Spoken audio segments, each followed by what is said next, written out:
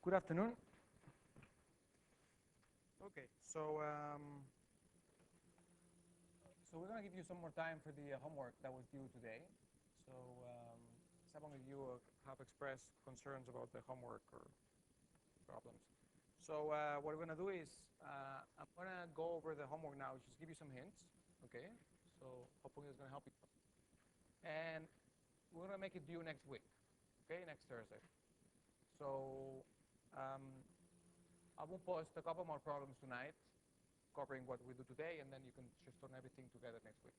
So both the assignment of last week and whatever else we're going to put today, which is not going to be too much. Okay, so you have time to go over the problems. So let me briefly touch on the problems, just to give you some pointers. Okay, so can anybody remind me which were the problems in the homework set? Yeah, let's go in order, right? It's 3, right? Okay. First is 3, no? First is 3. Okay, well, it doesn't matter. Okay, I guess they're out of order. Never mind. Okay, so let me start with 3. All right, so what we're being asked is to consider a BPSK system, just as the one we saw in class, except that the receiver has a phase offset of some phase phi. Okay, so remember, oops, wrong slides. What we saw in class.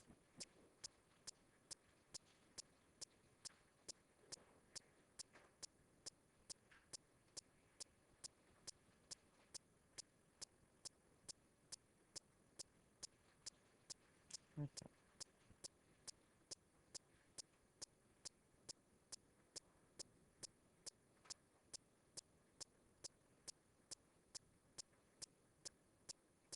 We have something like this, except that now the receive oscillator is not exactly synchronized with the transmitter. So one has a phase of 0, for example, and the other one has a phase of phi. So that's the setup of the problem. Let me just go back to the statement.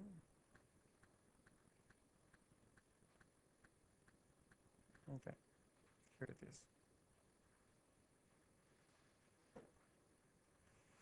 So how does that change things? So should we change the threshold in the decision device? And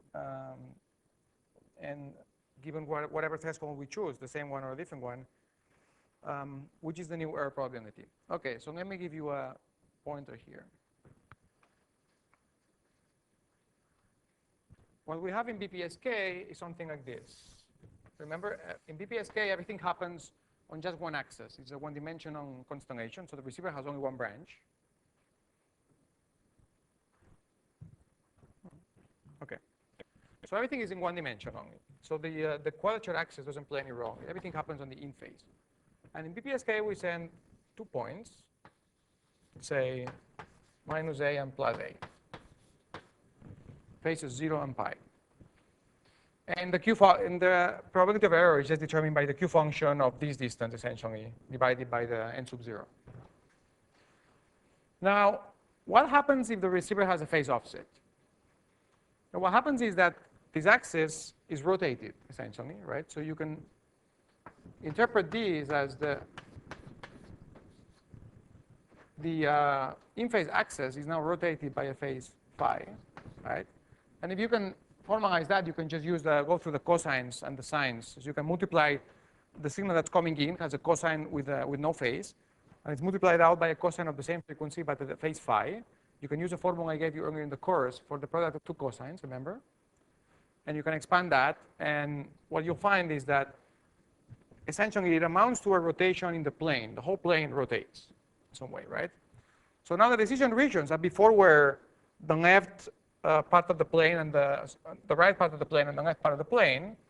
So the decision threshold was just this vertical axis. So everything on the right was mapping to this point. Everything on the left was mapping to this point. Now we have this rotation where this point has come over here, and this point has come over here. Okay? So ideally, we would have a decision point a decision threshold over here, perpendicular. So everything on the above it would map to this point. Everything below map to this point.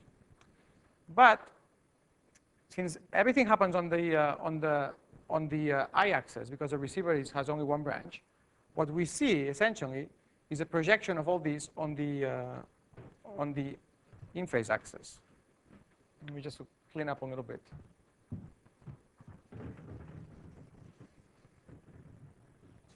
Okay. So essentially, this point has come over here. This point has gone over here. But the receiver is operating on this axis. So this point essentially is projected over here.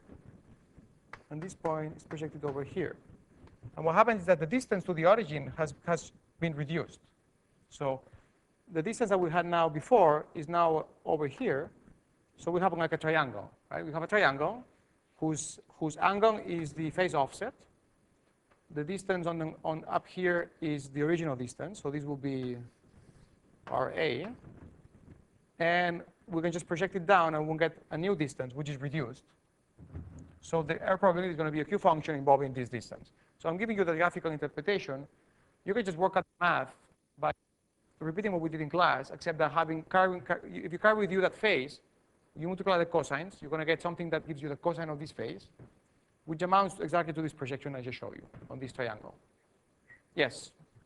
So are you saying that you know the phase as... You know the phase to solve the problem, right? No, but in the system you know the phase. You know that the system is all by a certain phase. Okay, the question is, does the system know this phase difference? Well, it doesn't, right? Because if it did, it would just correct for the phase, right? So solving the problem, you know the phase. The receiver doesn't, obviously, right? So the receiver is just shifted, it's just rotated. And you solve the problem knowing that phase, and you're going to find that the error probability is going to increase. Essentially, there's going to be a degradation because the minimum the distance is going to shrink. Okay, so the Q function of a smaller distance is going to give you a higher probability of error. So hopefully this will help you out. So think about this graphical interpretation. You can get to it using the math. Just take the incoming signal with a certain cosine. It's riding on a cosine 2 pi fct. Gets multiplied by a cosine of 2 pi fct plus phi. Multiply out the cosines and see what you get. So if phi was 0, you will get exactly what we derived in class. You get the same Q function. Now you're going to get a different Q function that's going to have a reduction in the argument because of this effect. Yeah, and it's going to amount exactly to this projection in this triangle. Okay? So hopefully that'll help you out. So that was problem 3. And let me leave 2 for the end because it's the one that's kind of tougher. What else? Let's see. Which was the next problem? Anybody? 9, okay.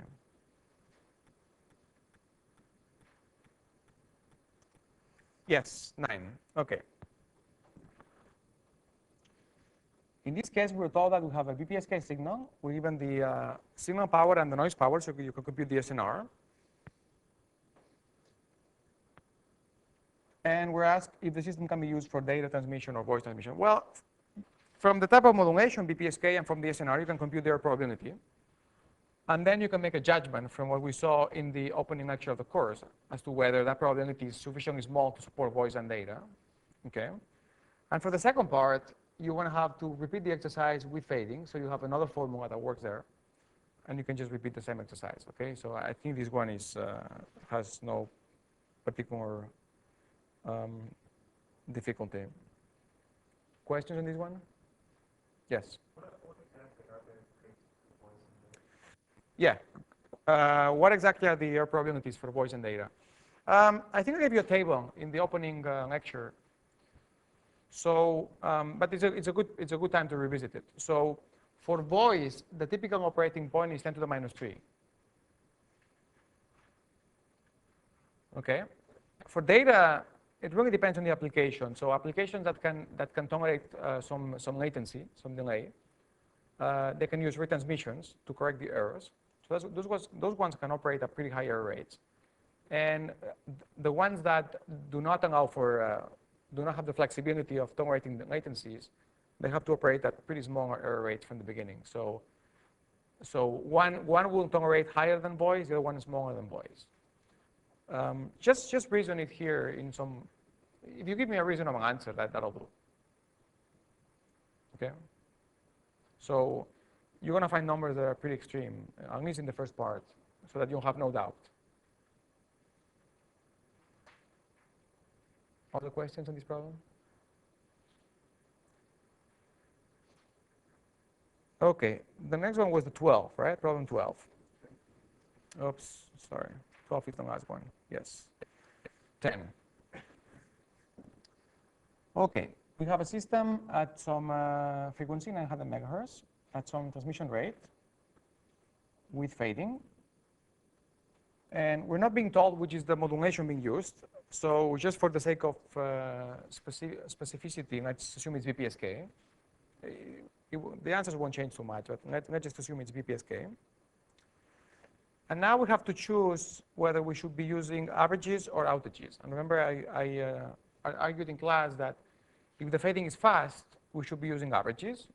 If it's slow, we should be using outages. And the full explanation of this is going to become clearer when we see coding, starting next week or the week after. But I'll just give you some intuition for it, since it's probably useful. If the fading is very fast, what's going to happen is that a symbol is going to have a very bad fading. It's going to be really lousy. Then the next symbol is going to have a good fading, maybe. Then the next one is going to be again bad. So you have this alternation between good symbols and bad symbols because the channel is fading very fast. Okay. So why is in that case the average sensible quantity to look at? Because what happens is that we're going to encode all these symbols together in a single block. And that's something we're going to learn coming up. That's the next topic, pretty much. So once we code all these symbols together, they're going to help each other. So the ones that are good are going to help the ones that are bad. And at the end, what's going to matter is the average. So some ones will be good, some ones will be bad, but the whole block is going to have some average. And that will give you a pretty good representation of the quality of the overall block. Okay, so that's the reason that, that in fast fading, the averages are meaningful. Now, if the fading is slow, the whole block is going to experience the same fading. So, if you get in a bad channel, you'll be stuck there for a while. So the whole block is going to see a bad channel. And if it's a good channel, it'll be good for the whole block. So in that case, the outages are the quantities that are more relevant.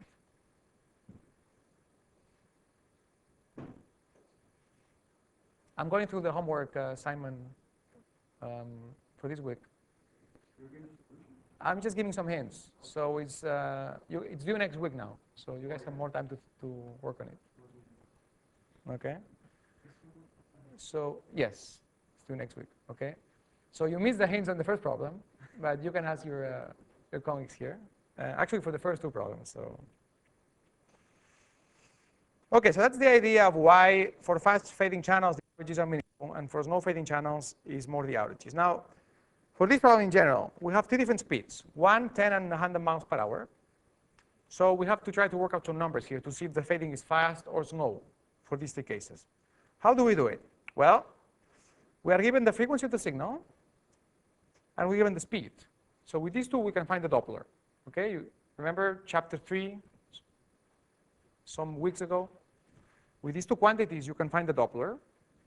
The reciprocal of the Doppler is the coherence time, which is roughly the amount of time on which the channel is about constant. So you can find that with the information you have. Now, you also have the transmission rate. So from that, you can find the symbol duration, which is roughly the reciprocal. Okay. So now you have the symbol time and the coherence time. Now, comparing these two quantities, you can see the channel is fast or slow. And you can answer the question. Okay? Questions?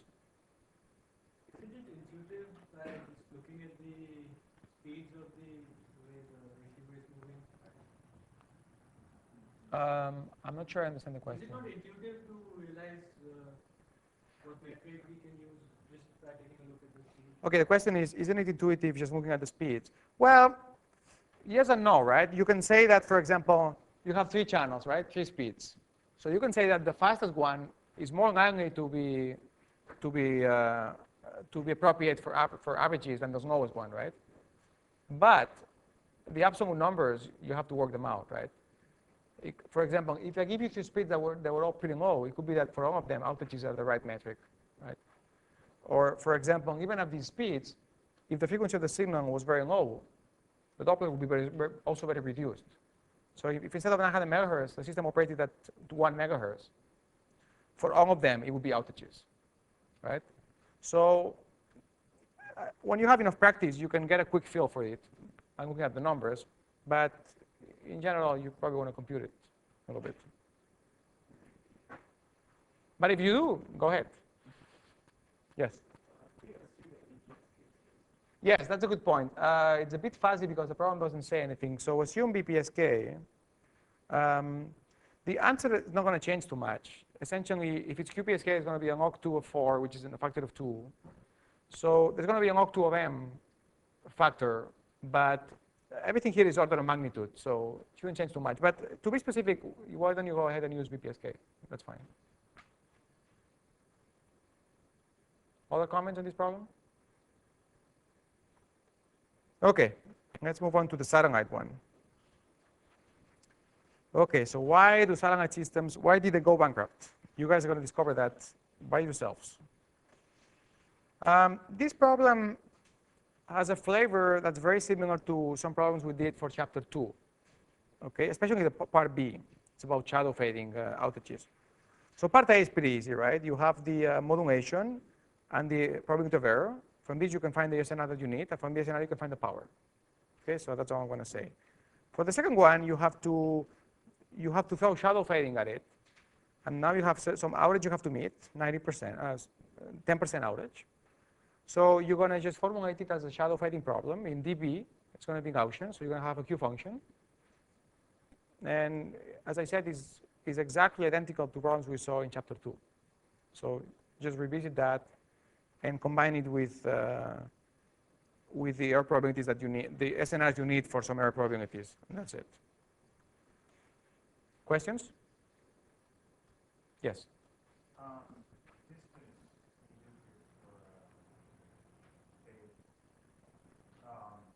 that formed by triangle, distance from the center of the circle? Yes, very good point. So you're given the size of the coverage area, which is, you can think about it as a cell. Yeah, very good point. So let's assume that the satellite is perpendicular to the center. So you have a triangle. And evidently, you want to look at the guys that are on the edge of the cell, which are the ones that get the less power. So definitely, a good point. So you're given the size of the cell and the distance from the Earth. So you can build a triangle exactly the right way. Other comments? Okay, so now let's go to the toughest cookie. So problem 2 was for extra credit. And it's not as hard as it seems, as you will see when you work it out. The math is very easy. It's more conceptual than anything else. So let's look at it very quickly. We're back into BPSK.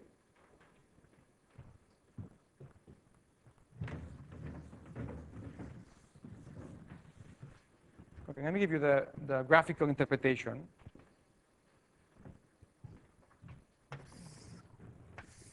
So we have BPSK, so we have a point over here, point over here.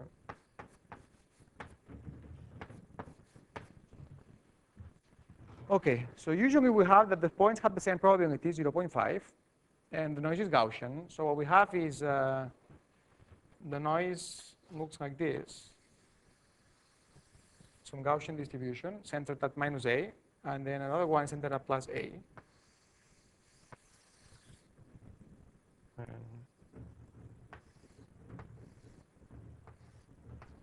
Okay, this guy is supposed to cross here. 0, so bear with my drawing skills. Okay, so everything is symmetric, and the probability of error is just a Q function, right? Which is essentially this area here and this area here.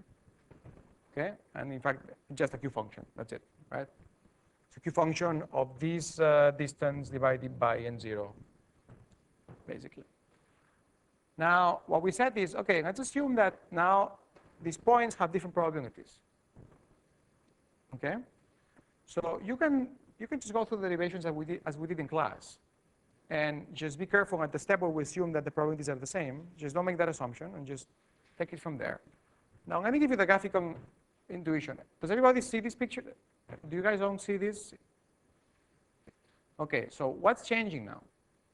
Well, one way to think about it is the following.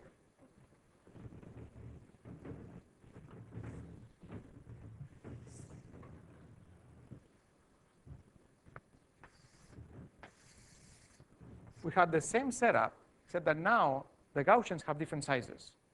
So one is bigger.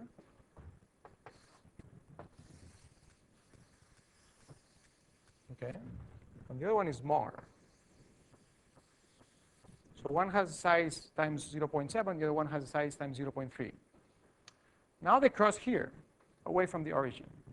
Okay, that's the first difference. Now, what are now their probabilities? Well, for the guy on the left is this area over here. For the guy on the right is, well, we cannot even see it, right? But this would be the area here. So then they're asymmetric. Okay, so we can just compute these two Q functions. That's one way to see it graphically. Now, I hope that this helps, right? So essentially, we just have this difference in probabilities, which makes things asymmetric. Now, mathematically, we're trying to find the probability of error. And as you know, we can always use the law of total probability, which says that this is the probability of error given that we send a minus a, right?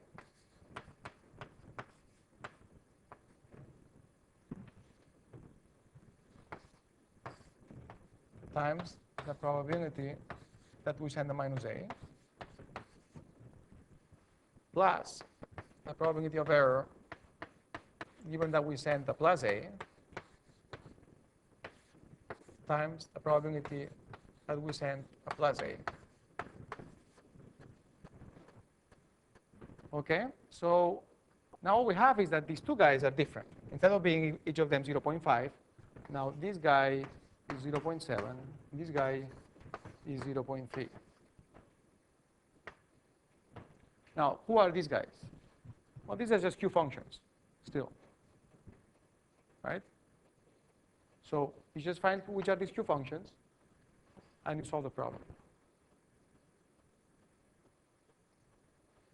Okay, so the Q functions are given again by the distance from the So the Q function is always something that looks like Q of some argument here divided by n0, and which is the argument? It's the distance between the average of the Gaussian and the decision point. What's the decision point? Well, here is where the problem starts to get specific, right? For part A, the decision point continues to be 0. That's what they say. Okay, so you keep the receiver as it was before, which was everything on the right of 0 is that point, everything on the left of 0 is this other point. That's the picture I drew. For part B, we said, okay, let's assume that now we can move the decision point to the point where these guys cross. So in this case, decision point is no longer going to be at 0, it's going to be here, where these Gaussians cross. So now we have this area here and this area here, so two Q functions. That's part B. And now part C is saying, okay, let's make it more general. Let's assume that instead of sending minus a and plus a, we can send plus a and minus b.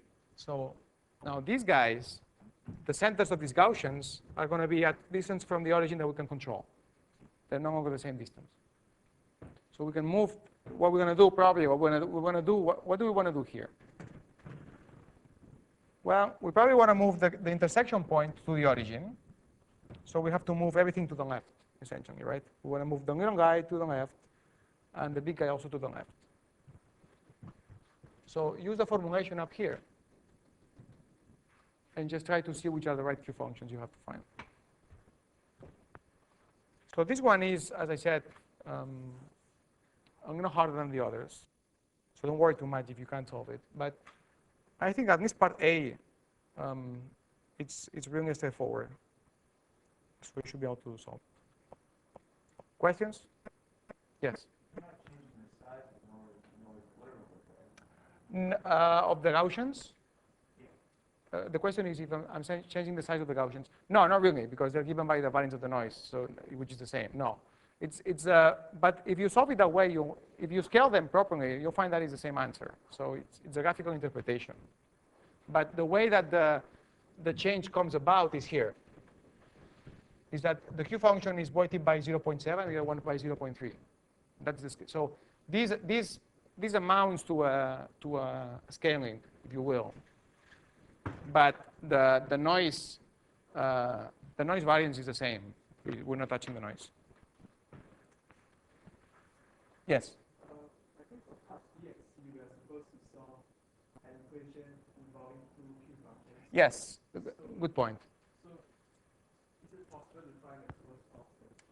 Yes, very good question. Thank you very much. So the question is, for parts B and C, you have to solve an equation involving Q functions. Yes.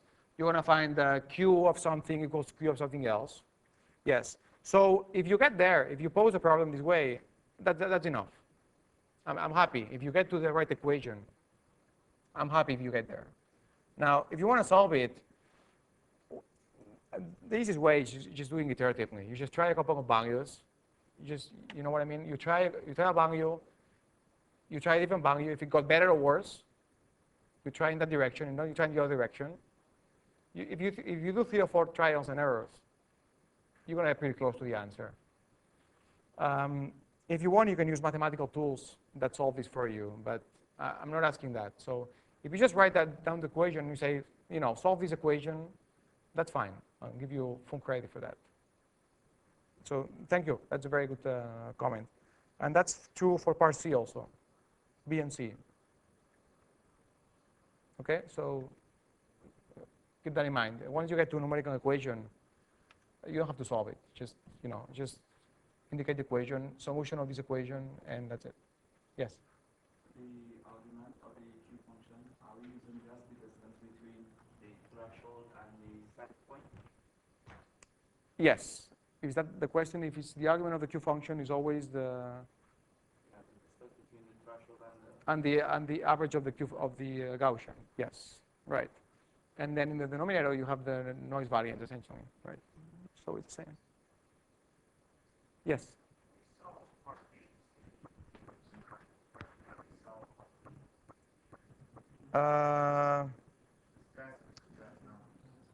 Yeah, that's a good point. Yeah, that's a good point.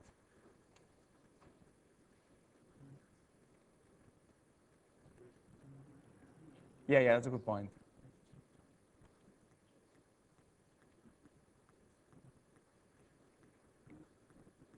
Okay, in that case, you just don't solve part D because you can't do it. So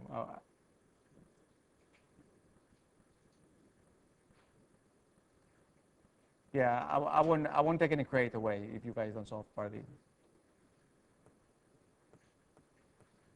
So I'm gonna send an email later about this, so that because some of the students are not here.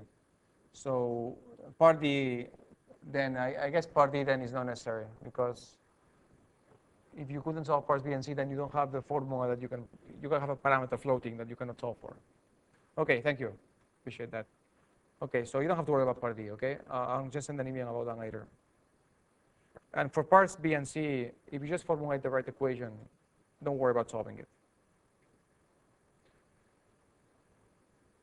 Other questions on this? Other comments? Yes? So the argument of the Q function there is the distance between the variance and the decision point, right? Between the signal point Signal point and decision point. So it's A, except in problem C it becomes B. One of them becomes B. But usually what you have is probability is the minimum distance divided by x squared. And that's Yes, so in part A, for example, when in part A that you keep the decision point at 0, this is of course suboptimum, right? So you wouldn't want to do that. So the receiver is just mismatched to the channel because the receiver is is optimized for the case where the probabilities are the same. So it's suboptimal. So in part B, you get a better receiver when you put the decision point at the intersection. And in part C, you get an even better receiver when you adjust both of them so that the intersection is at the origin. Right. So I guess your point was that it is suboptimum what we do in part A? Right, but yes, it is. It's not like the question when they have the same probability. When I have the yes, they won't. There is 2A divided by n0, and 2A is not the distance between A. Okay, half the distance then. It's half the distance then. Right. It's half the distance. Yeah, I mean it's half the distance between the. Yeah, it's half the distance, I guess.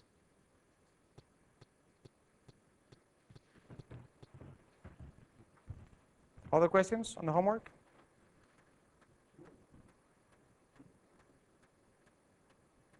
Okay, so with that,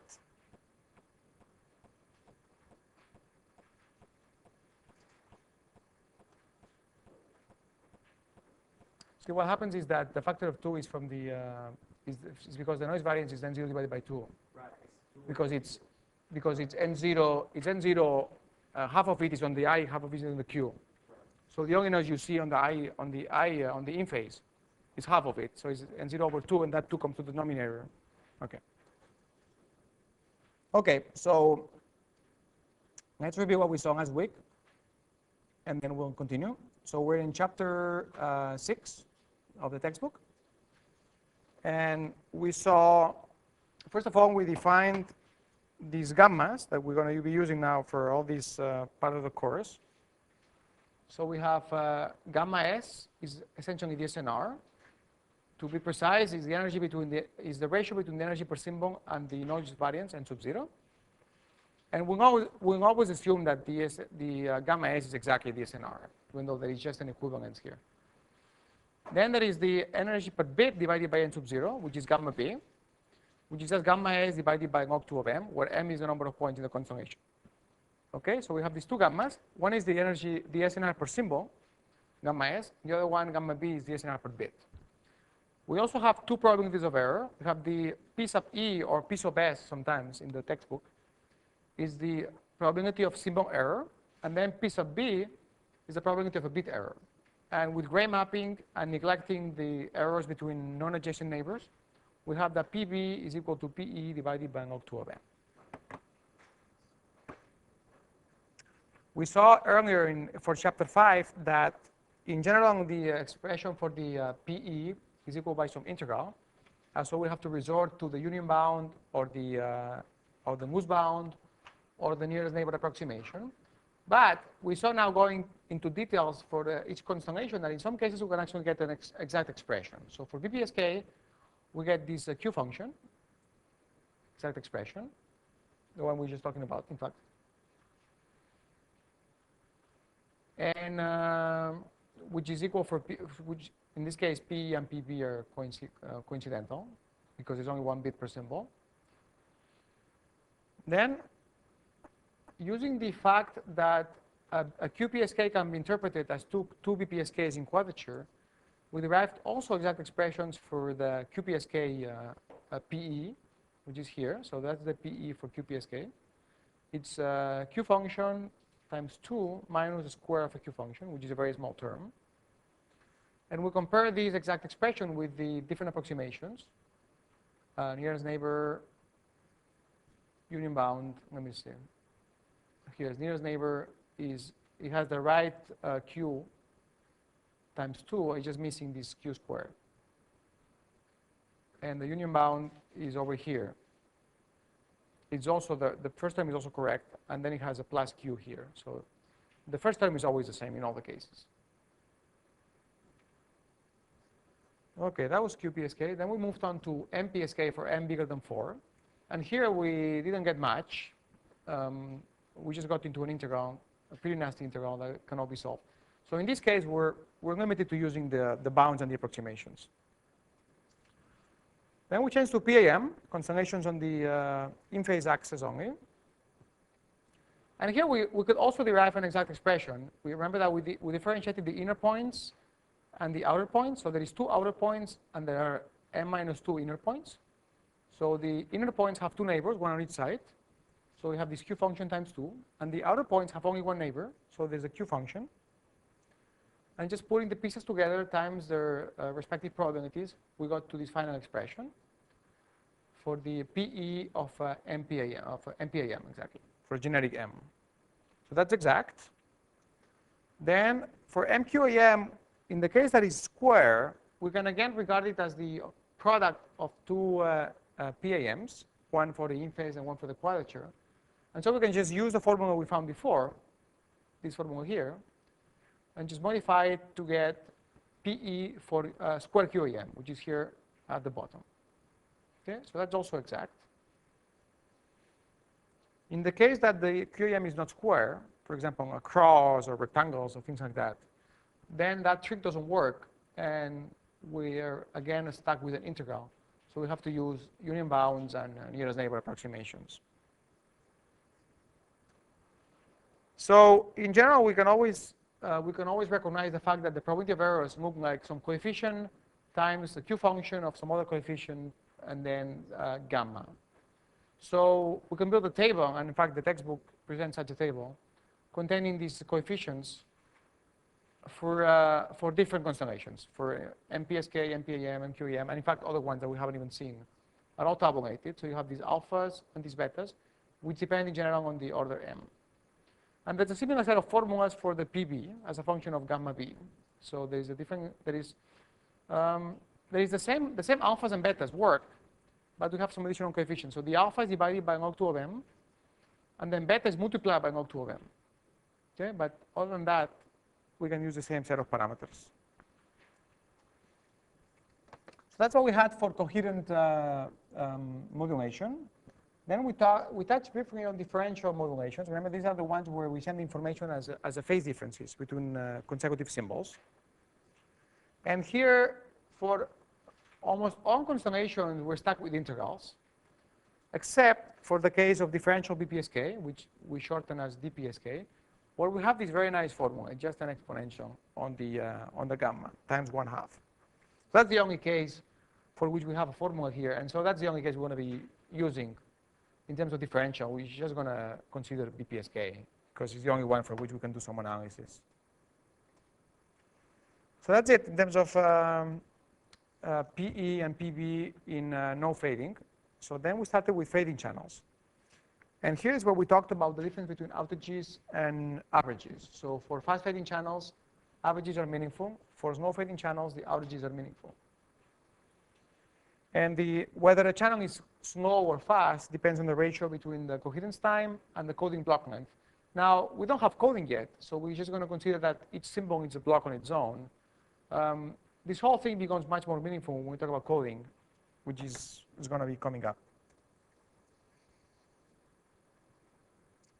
And today we'll see how to combine both metrics into one.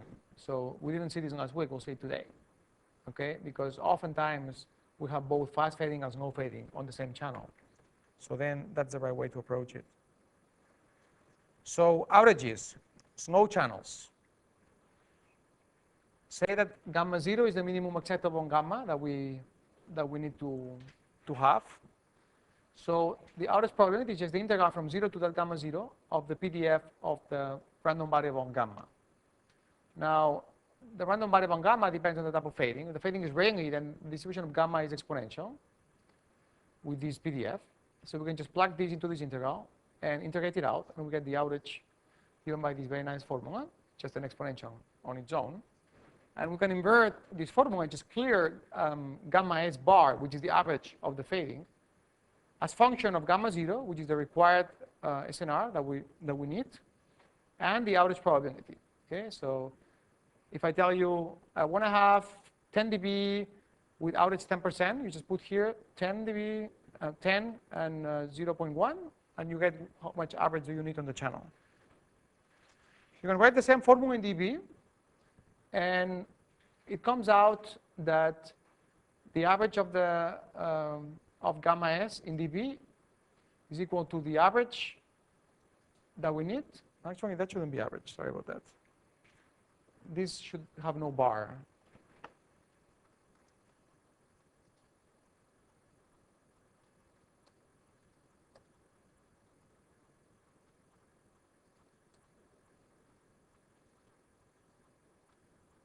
Okay, sorry about that. So the gamma S average on dB is equal to gamma 0 in dB plus some quantity that we call the fade margin, the dB fade margin, which is just this guy over here, 1 over this guy in dB. So it's minus 10 log 10 of minus log E of 1 minus P out. Okay?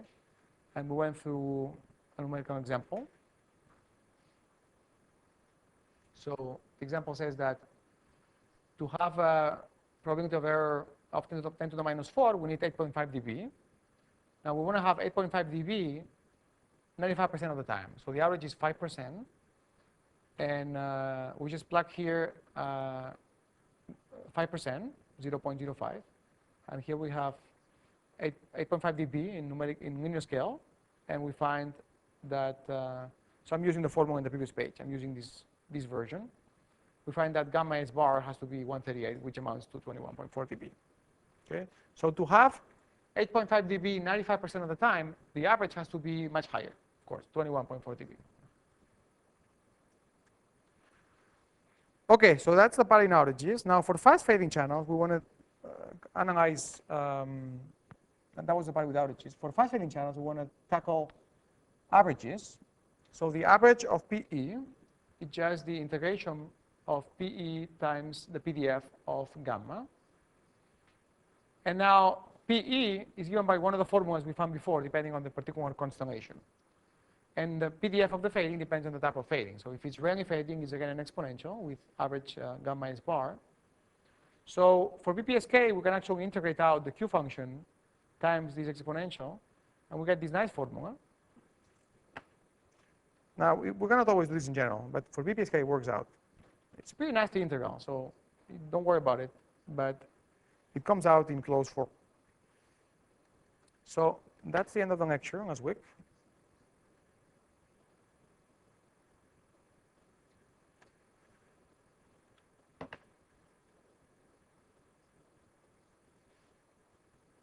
Okay, so we got this formula, so that's where we stopped.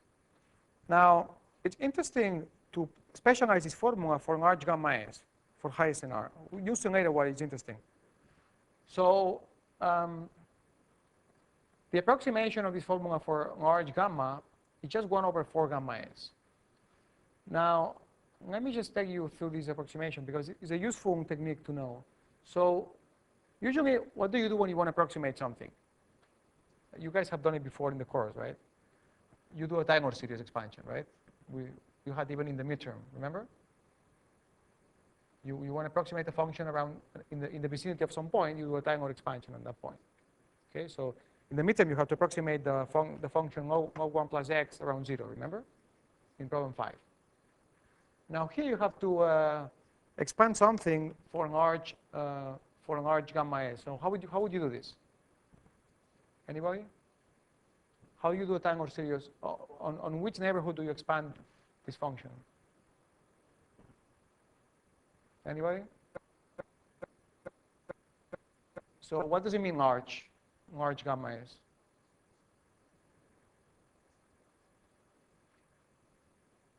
Okay, so when you want to approximate something, you have a function of a quantity, right? You have a function of gamma S here, gamma S bar. You want to find how it behaves for large gamma S. So you do a Taylor series at infinity.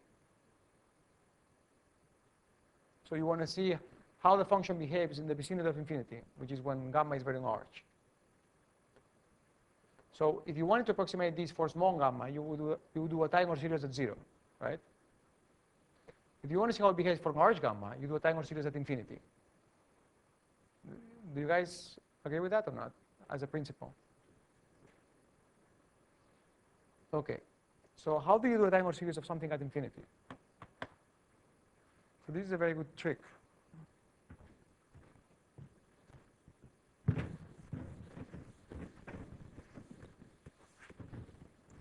So let's say you have a function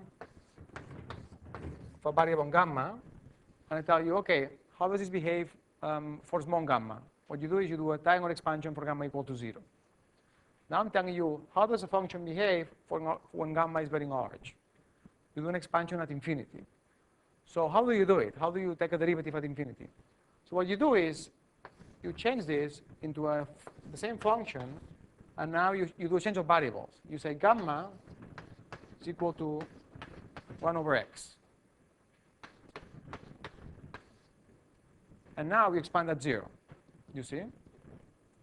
When x goes to 0, where does gamma go? Infinity, right?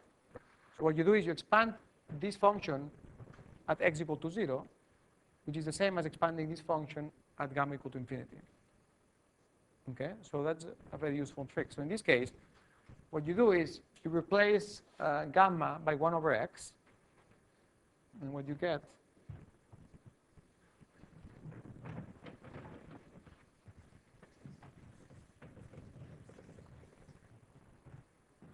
is 1/2 1 minus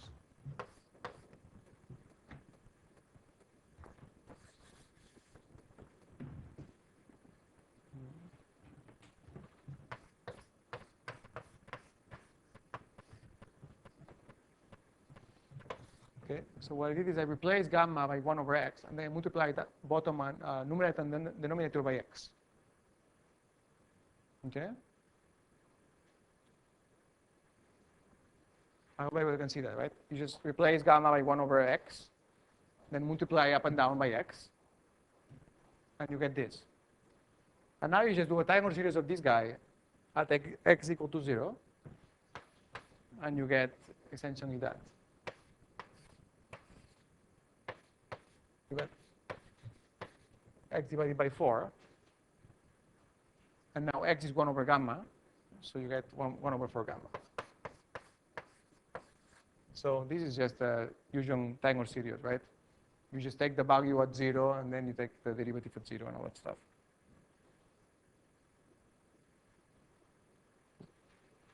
Okay? You guys want me to do it, or you can do it, right?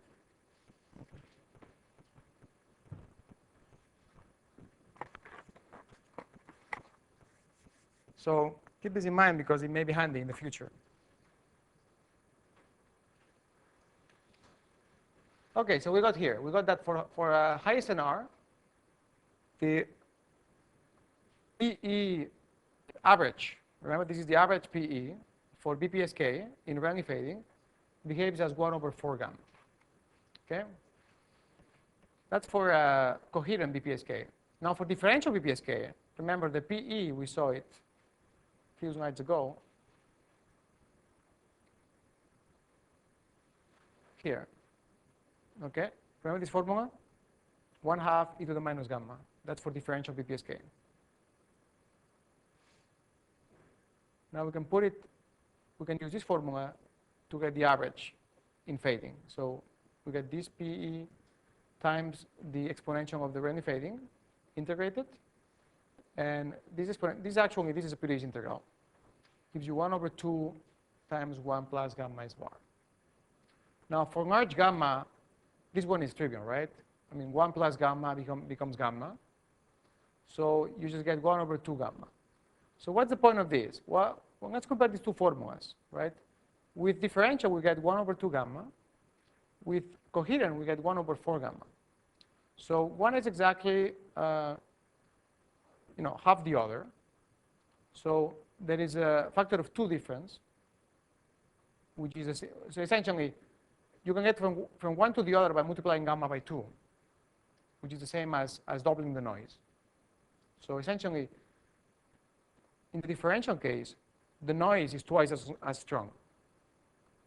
So remember that when I talked about differential last week, I told you that differential was worse than coherent by about 3 dB. And the reason is that to see the phase difference between two symbols, what you do is you just subtract the difference, compute the difference between the two symbols. So you add the noises, essentially. And so essentially what happens is that in differential, the receiver actually doubles the noise, because it has to always do a subtraction of consecutive symbols, and the noise of the two symbols end up adding up in this subtraction. So the noise essentially doubles, and that's what we see here. We see that the PE is essentially exactly a factor of 2 away from the coherent. which is equivalent to a 3 dB increase in noise. So this just validates this intuitive point that I was trying to explain to you. So that's for BPSK with coherent or differential, the average error probability. Now, for constellations other than BPSK, we can use the general formula, a general approximation that PE is equal to alpha times Q of beta gamma, square root. Remember that we had this formula and we had the tables for these alphas and betas. So we can integrate this guy invariantly fading, the usual exponential PDF for gamma, and we get this formula here. And using exactly the same trick as I show you, we can replace gamma by 1 over x and expand for small x. And we get that for large gamma, the average PE behaves as alpha m divided by twice beta m times the average gamma. Okay? So a critical observation here. In the absence of fading, remember, all the error probabilities had the look of a Q function. Everything was Q functions. We had some coefficient times the Q function of some other coefficient. So at high SNR, the Q function behaves as an exponential. Remember, we have an approximation that's very tight at high SNR for the Q function. So with no fading, the error probability decays exponentially with the SNR. Now, with fading, what we're saying is that it decays only reciprocally with gamma.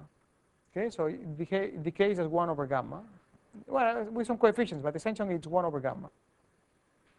So the decay is much lower with fading than without fading. In other words, fading is very cosmic. And there's a plot in the textbook that's very useful, figure 6.2.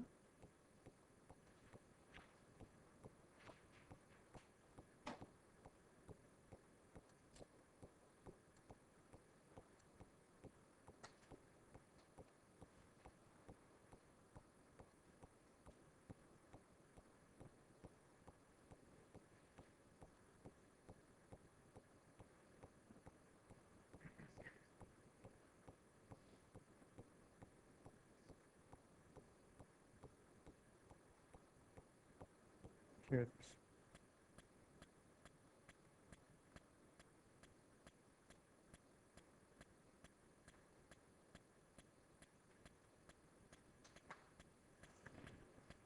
Okay, so these are the average error probabilities. Their probabilities as function of the average gamma B. And the point is the following. Without fading, so there are 3 curves here, solid, dash dot, and dots. So solid is for QPSK, essentially, 4 levels. Dash dot is for 16, and dots is for 64. So they all decay exponentially with gamma. Okay, you have to be careful because this is in dB, and this is in logarithmic scale. But you see the decay is very fast. So you increase gamma a little bit, and the probability of error falls down very rapidly. And in fact, at 10 dB, 15 dB, already 10 to the minus 6. That's for no fading.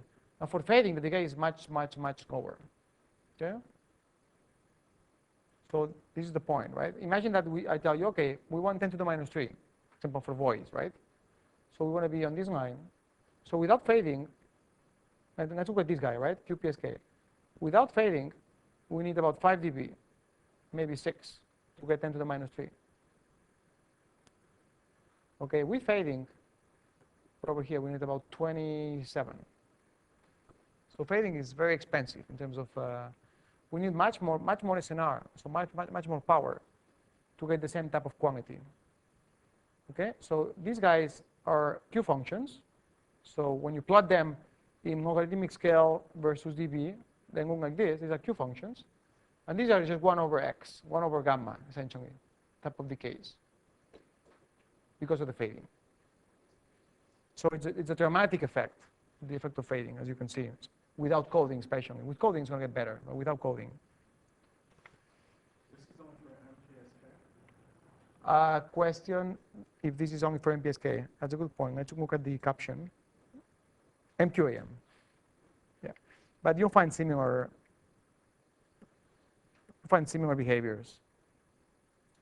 This is always going to be exponential, Q function type. This one is also always going to be 1 over gamma. In fact, here there's an example, right? For 10 to the minus 3 BPSK, we need about 8 dB without fading and about 24 dB with fading. So huge difference. Now, the type of fading also has some influence, right? Rayleigh fading is probably the worst type of fading. So Raisen and Nakagami are less severe. So in figure 6.3, okay, here it is. Here we have, everything here is BPSK. Okay, so all the curves are for BPSK. This is the average PB as a function of the average gamma B. And the only difference in the different curves here is the parameter in the Nakagami fading. Okay, this is Nakagami fading with parameter m equal to different values. And remember that Nakagami is a general fading distribution that can specialize to Rayleigh and Raisian. So this is Rayleigh here. And these are other Nakagami parameters. So the channel gets better and better as the parameter m gets higher. And in fact, in the limit, when m goes to infinity, the fading disappears.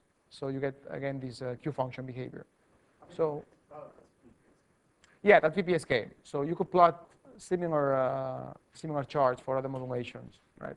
So here it shows that the fading also is important, the type of fading. So in the previous chart, we only had the two extremes, no fading and Rayleigh fading. You can have fadings that are less severe than Rayleigh fading. And Nakagami with high M is sort of an in-between.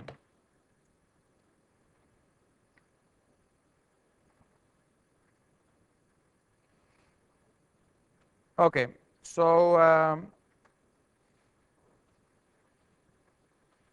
let's take a break, and we'll continue after that. Okay, so 5:30.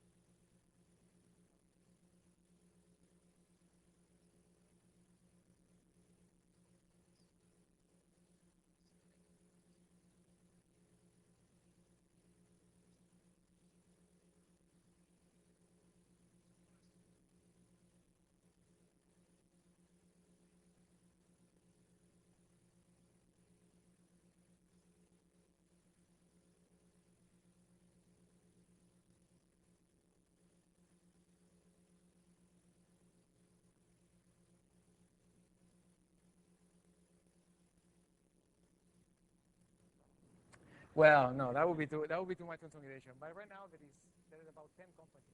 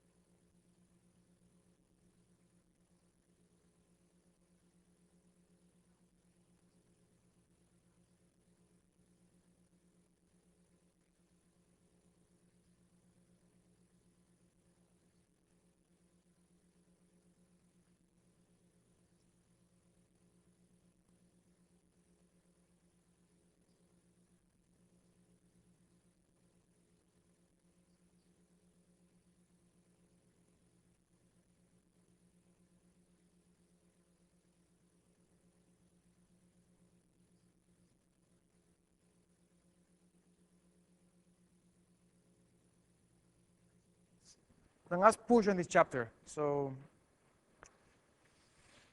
this is going to be the last couple topics.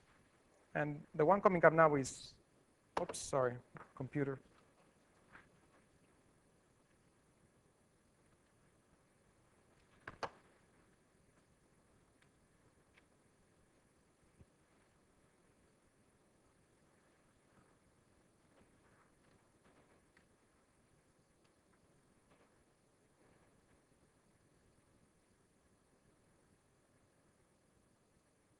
Okay, it's coming up.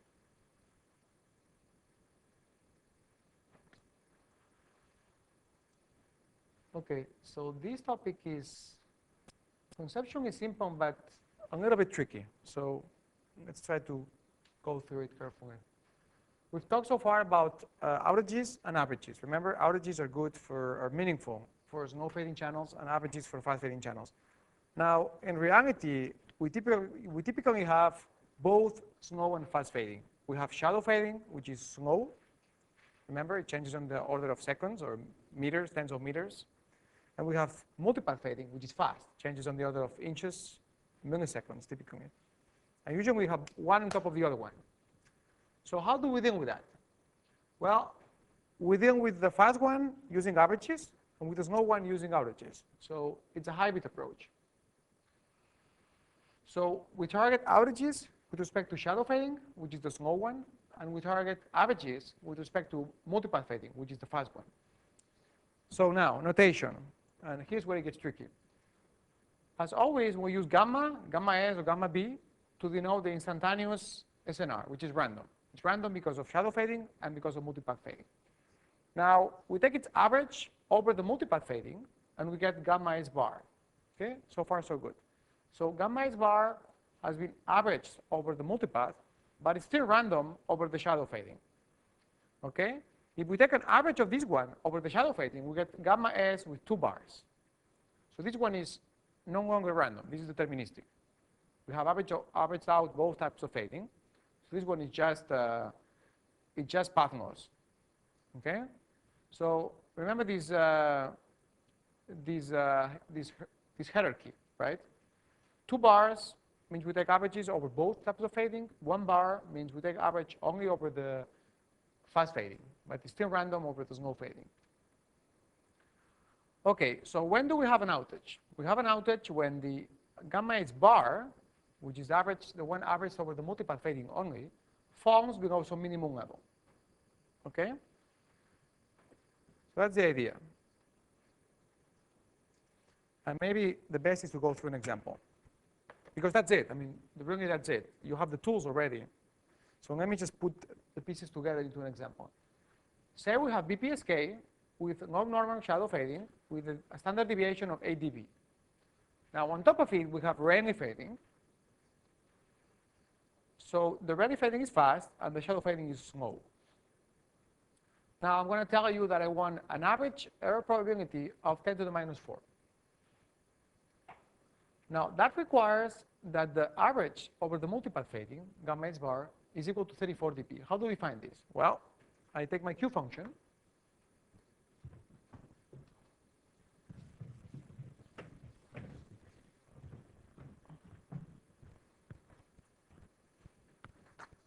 Right, so for BPSK, we had that is B or B.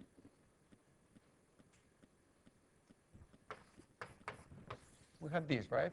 Is a Q function of square root of gamma, right? Is that can somebody check? Is it gamma or 2 gamma for the BPSK? Anybody has the book handy?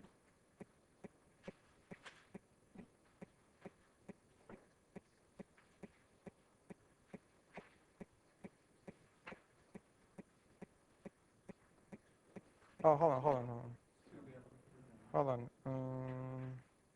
Sorry, guys, this is with fading. So sorry, it's not the right. It's not that formula. It's this one over here. BPSK and Brownian fading. Okay, here at the bottom. We just saw it like before the break. Remember? So this is BPSK with Brownian fading averaged. Okay, so this is 1/2. Is the one that we expanded at infinity to get this 1/4 gamma s. Remember? So the general expression is this one at the bottom. Okay, so this is averaged over the Brownian fading. So this is now gamma s PE bar. Now I'm telling you that I want this to be 10 to the minus 4. So you can just plug this equal to 10 to the minus 4 and clear from here gamma s bar. Okay? And if you do that, you'll find that it has to equal 34 dB. Okay, so this formula here, we impose that PE bar is equal to 10 to the minus 4, and we get that gamma S bar has to be 34 dB, which is about 2,000, over 2,000 in the scale. Okay? Now, how much do we need to gamma S bar to be so that we can achieve this value with an average of 5%? Okay, so what I'm saying is the following.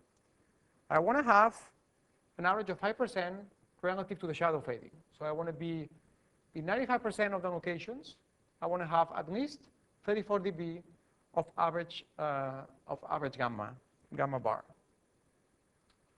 So this is what I want mathematically, right? I want that the probability that gamma S bar in dB exceeds 34 is equal to 95%. So how do we solve this? Well, as usual, it's log normal shadow fading. So if we express things in dB, it becomes a Gaussian. So we have a Q function, right? So what's the probability that the Q function? So this is the usual formulation, right? We have a Gaussian distribution with standard deviation sigma, which is the shadow fading deviation. The average is gamma S bar. Average over the shadow fading is gamma S bar.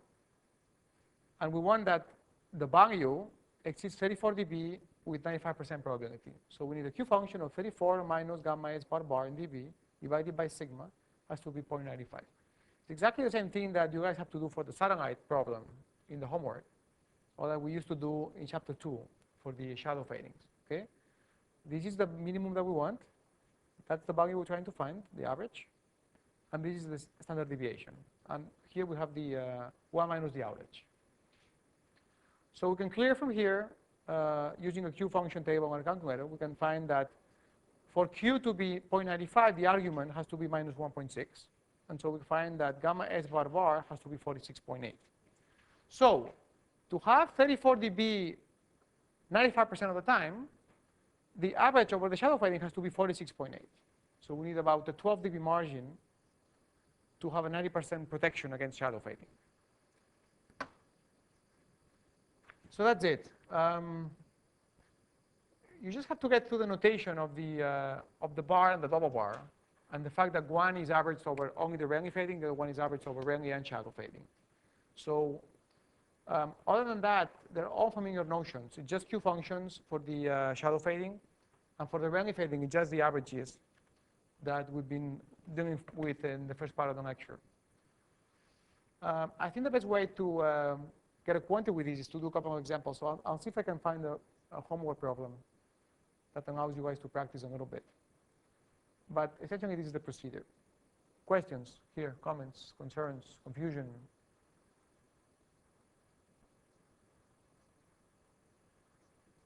Okay, so let's see if I can find a good example for you guys to play with. But if you have problems, go through this example. I think it's very illuminating. Okay. Okay, at the end of this topic, we're going to close the chapter with a couple of minor points. First Doppler and then ISI. So Doppler spread. So far, we've been studying modulations, always assuming that the synchronization is perfect. Now, Doppler complicates things, right? Doppler results in the channel changing over time. Now, as long as the synchronization is perfect, it has little impact, right? The channel changes over time, and the synchronization is going to track the frequency and the timing and the phases for us. As long as that works, all the formulas that we have so far are applicable. And the only importance of Doppler is to define whether we should use averages or averages. That's about it. Other than that, as long as synchronization works, there is no impact. Now, believe me, if you move too fast, at some point, synchronization breaks down. So, for example, this tends to happen in high-speed trains in Europe. Or in Japan, they have these really high-speed trains, which result in very high Dopplers. So the synchronization becomes problematic. Also in airplanes, if you try to call from an airplane, sometimes the high speeds are problematic. But other than that, that's the impact of Doppler. Now, there is a particular modulation where it has a very strong impact, which is differential. Here, the information recalling is in phase differences. So we send the symbol with the phase, and then we send the symbol with the phase changed by some value, and this change is the information. Now, if the fading itself changes the phase of the signal, it's going to corrupt the information. Right? For example, imagine I send a symbol with some phase, send the next symbol with that phase plus pi over 2. Right? That could be some 2 bits of information. Now, if the channel itself also rotates the phase from one symbol to the next, it's going to corrupt my measurement. So now the difference is not going to be pi over 2 anymore. It's going to be pi over 2 minus delta, where delta can be some phase difference introduced by the channel. So in that sense, for differential modulation, Doppler is a problem. Now, unfortunately, for most constellations, there is no way to tackle this effect analytically. And the only case where we can actually do analysis is, yet again, differential BPSK. Oops, I'm here.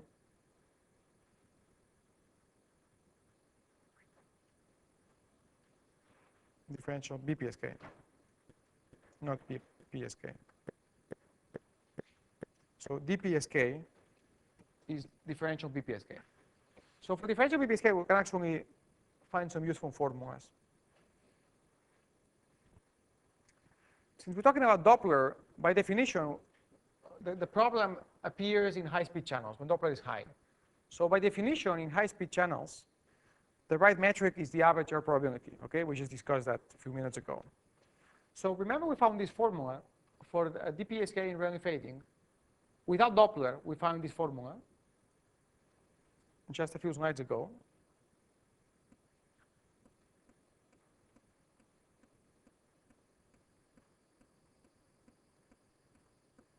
I went too far. Here. We find this formula by integrating this is the formula for the DPSK error probability without fading. We integrate it over the PDF of rarely fading, and we got this very nice formula. 1/2 divided by 1 plus gamma s bar. That's for differential BPSK in rarely fading. Okay? That's without Doppler, so the channel does not change from one symbol to the next. Okay, so it's assumed that the channel is constant over 2 symbols, so that the phase difference is not affected by the Doppler. Now, we can actually generalize this expression to account for Doppler. And what comes into the picture is this new parameter, the rho c, which is the correlation of the fading in consecutive symbols. So if there is no Doppler, this rho is going to be 0. I'm sorry, it's going to be 1. If the fading is the same over 2 symbols, the correlation is 1. So then this 1 minus c becomes 0, and so this whole thing disappears. and we get back the original formula. Okay, so this formula is a special case of this more general formula, and a special case for rho equal to 1, which is when two symbols have the same fading. Now, if the symbols have different fadings, this rho is going to diminish. And in the end, if the symbols are very different, it's going to go to 0. We can find a similar formula for Ricean channels. Remember that Ricean channels have a k factor. So here we have now k also in the picture. It's a more complicated formula. If we set k equal to 0, then Ricean channels become Rayleigh channels. And so this formula for k equal to 0 is going to give us this formula. Okay? In fact, it's quite trivial to see. So armed with these formulas, we can study the impact of Doppler. So let's allow gamma to go to infinity, so high SNR, so good quantity, no noise, essentially. In the absence of Doppler, what do we get? Well, look at this formula, right? If gamma goes to infinity, the PE and PB go to 0. Okay, so if there is no Doppler, as the gamma grows and grows larger and larger, the error probability goes to 0. Essentially, in the limit, there is no errors. There are no errors. Now, if we have Doppler, we have this correlation that is no longer equal to 1. There is a floor in the error. So even if gamma goes to infinity, the error converges to a floor, so it doesn't go to 0. It just flattens at some point. Okay, and this is the value it goes to as gamma goes to infinity. So this is for Ricean fading. And in the case that k is equal to 0, we get the special case for Rayleigh fading. So now, how do we find this rho? In fact, more importantly, how does this rho C relate to Doppler? Well, this rho is the correlation coefficient between the fading in two consecutive symbols, and can be found simply by computing the autocorrelation. Remember, we saw this in chapter 3, the autocorrelation of the fading. We call it A sub C. So the autocorrelation between two symbols divided by the correlation at 0 gives us this rho. So it's AC of TS, where TS is the symbol time, divided by AC of 0. Okay? And we have expressions for this rho in table 6.2 in the textbook for different type of scattering environments. Okay? So as function of the Doppler. So let me see if I can pull up the table, 6.2.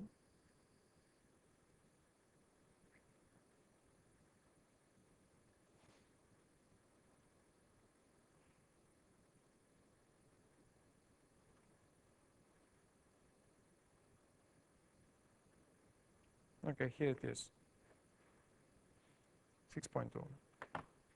So rho is on the right column here. Okay, there are 4 different types of scattering, and the one that we care about really is only this one. This is the one we studied in chapter 3. Remember the Clark-Jakes uniform scattering, where the energy comes equally from all directions. So remember we had the Bessel function for the autocorrelation. We had this Bessel function. So this is the only one that you have to worry about. Okay? Forget about the others.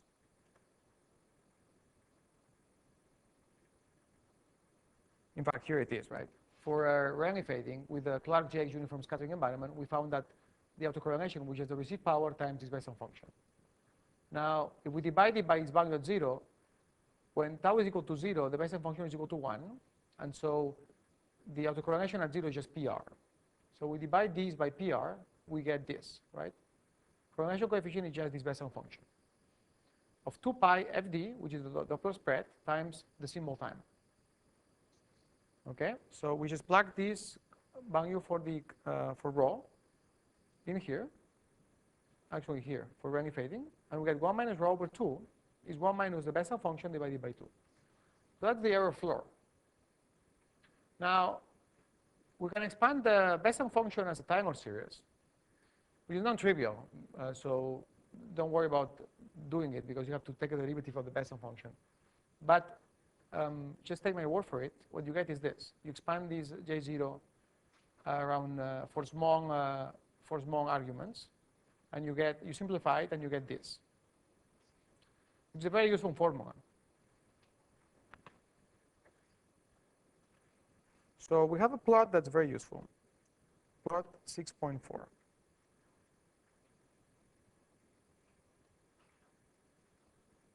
Okay, here it is. Okay, so this is the idea. These are for different K factors in the rising channel. So this is for radially fading. Let's look at this one. Forget about the rising. I just look at radially fading. So as you can see, this is the floor, right? Even though gamma increases from 0 to 60 dB, at some point the PB just flattens, right? At the beginning, you increase gamma and PB reduces, as it should. And then at some point it just flattens. So there's a floor. And it doesn't matter if we increase the SNR, we just pump more power into the channel. It doesn't matter, because a Doppler, it just has flattened. And it's not going to go any lower.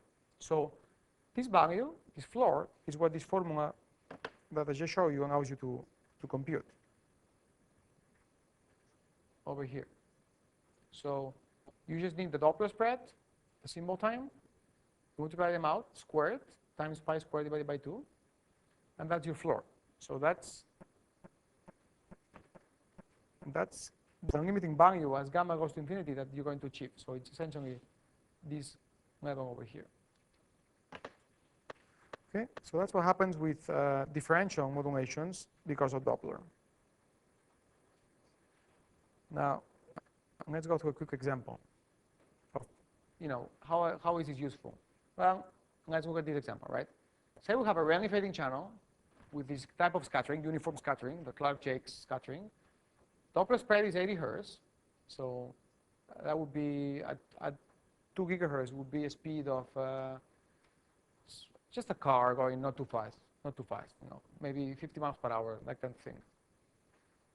We're using DPSK, differential BPSK, okay? Question is, for which data rate will the error floor be below 10 to the minus 4? So we can just plug this formula here that we just derived, equal to the 10 to the minus 4. We have that FD is equal to 80. We clear TS, and we find that TS cannot exceed 56.3 microseconds, okay? So to get this floor at 10 to the minus 4, we cannot exceed 56 microseconds. If we exceed 56 microseconds, we're not going to meet this floor. The floor is going to be worse than this. So that means that the data rate cannot go below 17.7 kilobits per second. Okay? That's the type of thing you can use this formula for. That's the end of this section on Doppler. As you can see, essentially the impact is only in differential.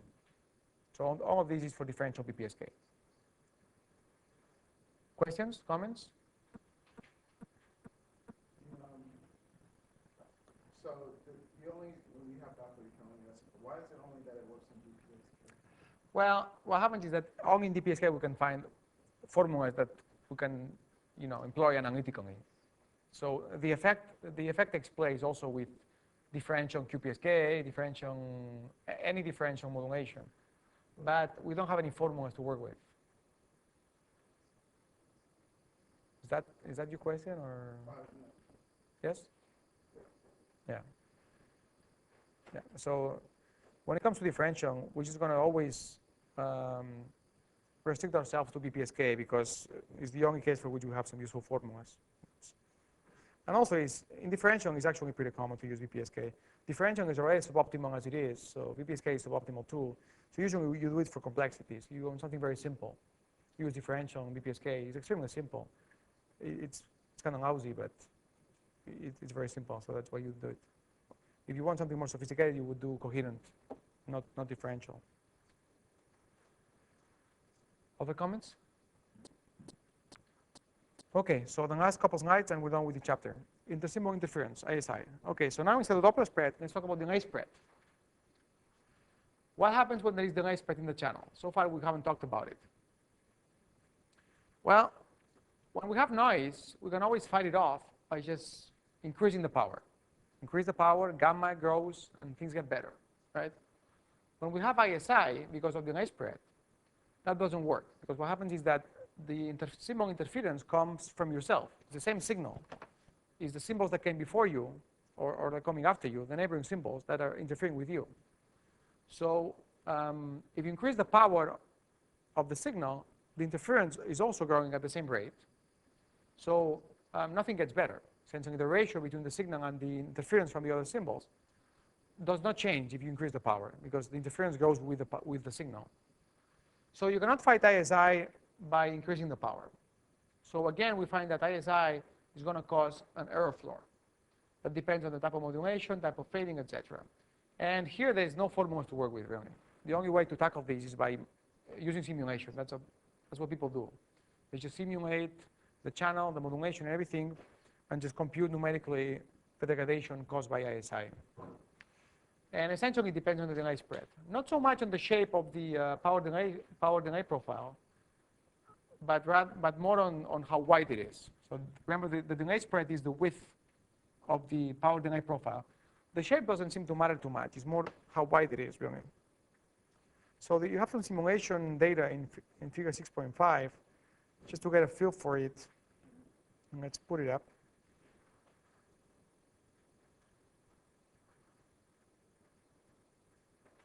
Okay, here it is.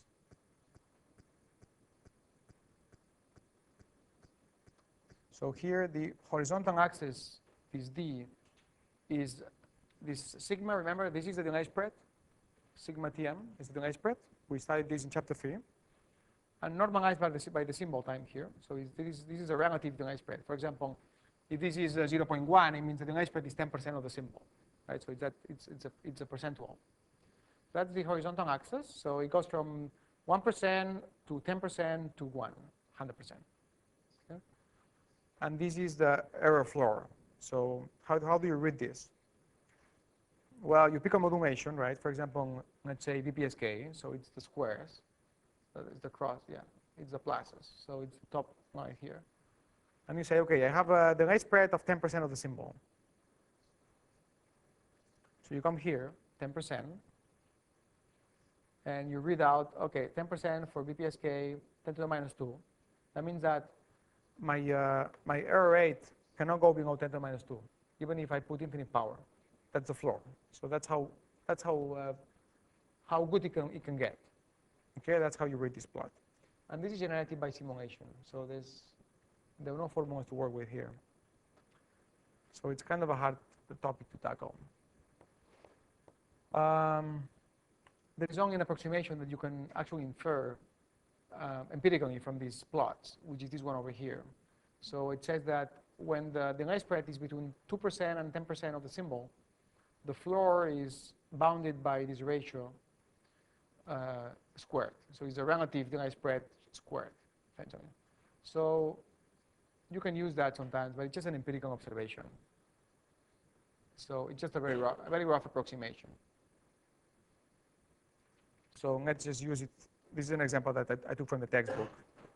So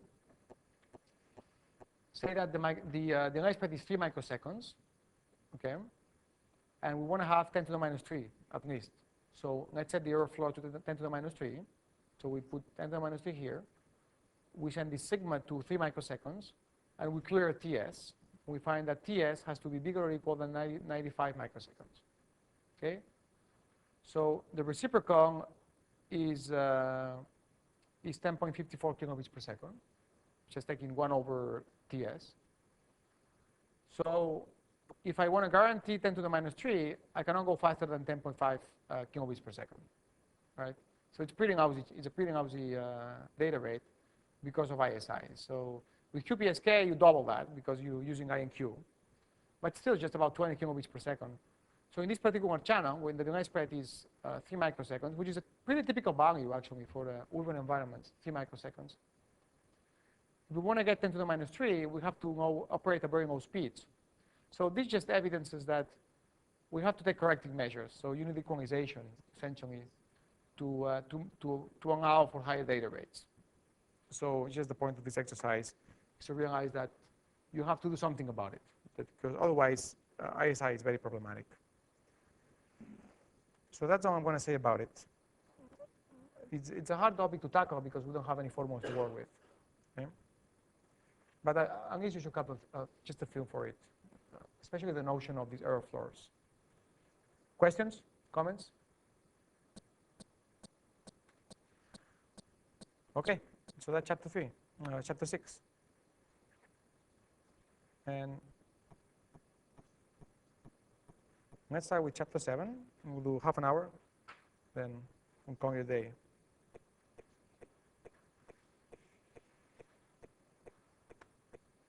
Okay, so quick summary of chapter 6.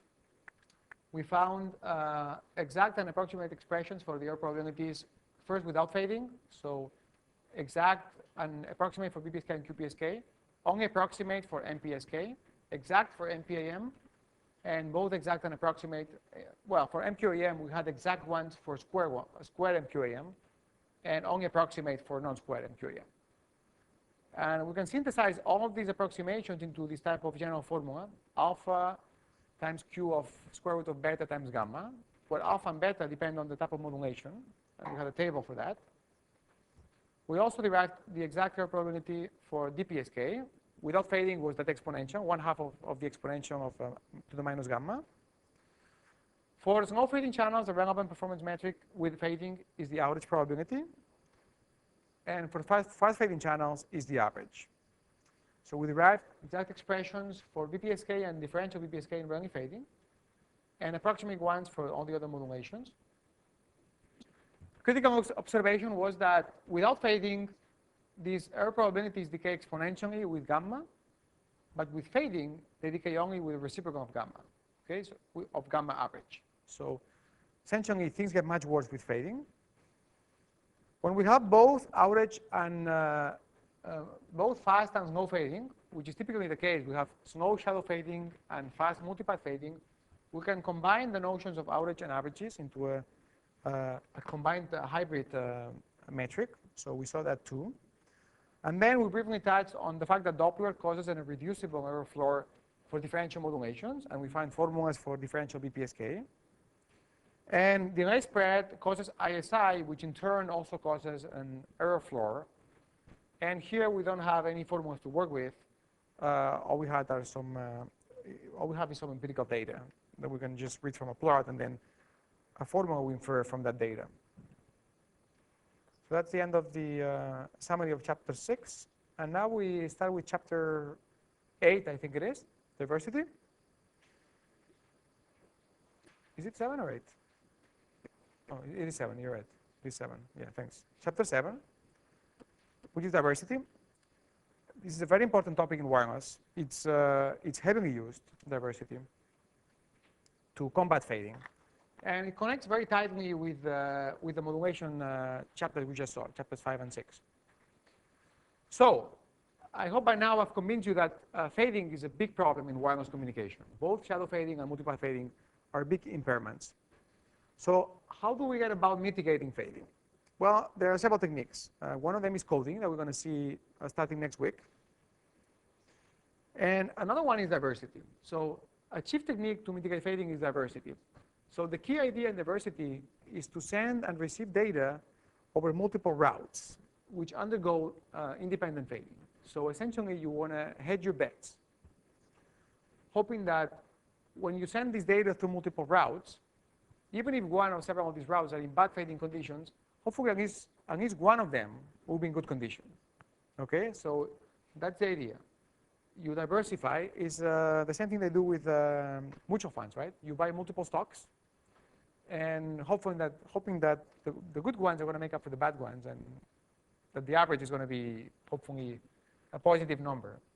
So it's a similar idea. You want to hedge your bets, and the more routes you use, the better chances you have. Now, of course, these routes may be costly, so there is a trade-off here between complexity and resources, and how much improvement you get. So there's multiple ways to get diversity. A very common one is antenna diversity. So here we have a picture, which is just pulled up from the internet the other day. These are some PCM-CIA cards and some modems with 2 antennas. You can see one here and one here for diversity. One here, one here. This guy has one here on the left, one here on the right. And you might have seen some of these home units for cordless phones, for example, with 2 antennas. Sometimes they're built in, so you only see one of them. The other one is internal. But it's a very common way of form of diversity, is antenna diversity. So the idea here is to use more than one antenna. And we'll get into details of how you do that. But first, we're going to start with levels of diversity. There is 2 levels of diversity. First, there is macroscopic diversity, which is designed to combat shadow fading. And then we have microscopic diversity, which is designed to combat multipath fading. So what's the biggest difference between these two types of fading? Now that you guys are experts in fading. Shadow fading and multipath fading. What's the biggest difference? Yes, slow or fast, right? So that's in time. So in space, it's a different scale, right? Remember? One is scale of centimeters, inches. The other one is scales of meters, even kilometers, right? So that has a direct impact on the diversity. So it's the scale. For example, for antenna diversity, microscopic diversity requires antenna spacing on the order of a few wavelengths. So say a few inches. With that suffices to have different fading on the antennas. Okay? So that's microscopic. That's the one you use to mitigate multipath fading. Now, for shallow fading, microscopic diversity, you need spacing on the order of the coronation distance of the shallow fading, which is many meters. So the way that microscopic diversity is usually employed is by using antennas at different base stations. So you need antennas that are very far away so that the shallow fading is different. So typically that's done, for example, and that's done a lot in CDMA. So in CDMA what they do is your cell phone is actually talking to two bases at the same time, sometimes even three. And the idea is that even if one of them gets shadowed, the other one will remain strong and vice versa. Okay, so they have this notion of microscopic diversity, where you connect it to multiple base stations at the same time. And the idea here is exactly to hedge your bets, so that hopefully you won't have simultaneous shadowing of both bases at the same time. And you may get blocked by a building on one direction, but the other direction is clear. That type of thing. Okay, that's microscopic diversity. In this lecture, we're going to focus only on the other one, on the other form of diversity, which is microscopic. So the one that works against multipath fading. And we'll revisit macroscopic diversity at the end of the course in the last lecture. But for this chapter, we're only going to talk about microscopic. So we're just going to try to fight multipath fading. Okay, so shadow fading is out of the picture for now. We're just fighting multipath fading. So these are the main forms of microscopic diversity: space, polarization, angle, frequency, and time. So the first three have something in common, which is that they involve using several antennas. So, different aspects of using antennas. Separation, polarization, and orientation. And then these other notions, frequency and time, have nothing to do with antennas.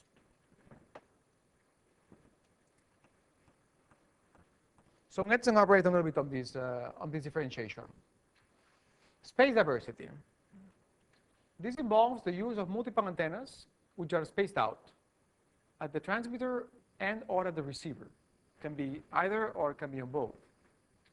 So to get good diversity, you want to ensure that the fading is independent on the antennas. So that requires some spacing on the antennas. Now, if you recall, in chapter 3, for the Clark-Jakes uniform scattering model, we derived the correlation function, is that Bessel function that we just revisited a few minutes ago. Remember the Bessel function, J0? And we found that the first zero occurs at 0.4 lambda, where lambda is a wavelength. Okay?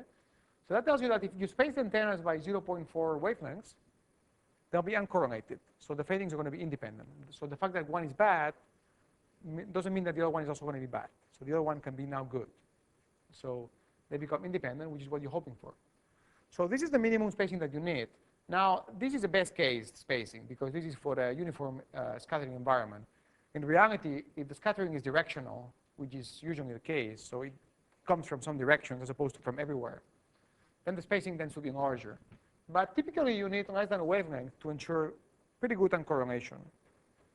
So in this picture, for example, you can see these two antennas. Would you guys guess how far apart they are from each other? Okay, you're probably going to answer, well, we don't know the wavelength, right? But you do, because these antennas are always a quarter of a wavelength long. So, as it turns out, well, maybe you don't know that, but these are monopole antennas, so their length is always exactly 1/4 of the wavelength. So as you can see, the spacing is just about the same just about, this is 0.25 lambda. So I would say this is 0.3, 0.4 lambda, no more, right? So it's about what I was just telling you. It's about less than half a wavelength. And that's usually enough. So you need antennas that are spaced out, but not too much. Of course, if you had to have them, very far apart, it would be a problem. Because how do you put two antennas in a phone? The phone itself is just like a few inches. How do you put two antennas that are spaced out by more than a few inches? You can't, right? So fortunately, you don't have to. Just a fraction of wavelength is enough. So that's space diversity. So that relies on spacing. Now, a second form of antenna diversity is polarization. So here spacing is a non-issue. The antennas can be exactly on top of one another, but they use different polarizations. So here you have an example. You have 3 antennas on the same exact location, but just cross-polarized. So remember we saw in chapter 2 that multipath fading is uncorrelated on orthogonally polarized antennas. So that's very fortunate because we can use that to get diversity. We can get 2 antennas just exactly on top of each other, but orthogonally polarized, and the signals they pick up are going to be pretty much uncorrelated. So it's a good thing. Okay, so one can be faded, the other one can be non-faded. So the main inconvenience of polarization, so the advantage is obvious, right? It's very compact. You don't have to space things out. You can put the antennas literally, one on top of the other. Inconvenient is that we only have 2 polarizations, maximum 3, and that's it, right? If you try to put another antenna here in some other direction, it's gonna project into some of these on some of these other antennas, right? So you have 3 dimensions in space. So with 3 antennas, you cover the 3 dimensions. If you put a 4th antenna here, it's going to just project into some of these other dimensions. So it's not going to be any more independent. So that's the main inconvenience. Few dimensions to work with. The advantage is compactness. The third dimension on which we can exploit antennas is angle. So this involves the use of directional antennas pointed in different directions. So let me see, maybe I can plot a picture here.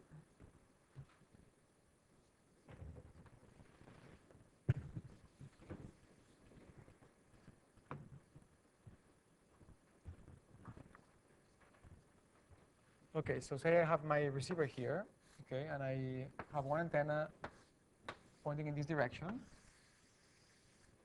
another antenna pointing in this direction, okay? So now I have my transmitter is here, and it sends out its signal into the channel. The signal is scattered, bounces around obstacles, and one reflection eventually comes this way. Another reflection ends up coming. Imagine there's a building here, and more buildings here. So another reflection comes back this way. So one antenna picks up this reflection, the other one picks up this reflection. So hopefully you can have, if one of these reflections is faded at some point in time, hopefully the other one won't be faded. So you have 2 antennas, and you can just choose the one that's best, for example, or combine them in some way. We'll see how to do that. But the idea is that you can pick up different reflections, different multipath reflections, and hope that if some are faded, the other ones will not be. Okay, so that's the idea. You use directional antennas to get diversity. Now you got to be careful because, if you don't cover the whole space, you may miss some energy. For example, if you have a reflection coming this way now, imagine there is some other building in the back reflecting back some energy. If no antenna is pointing in this direction, this energy is going to be lost.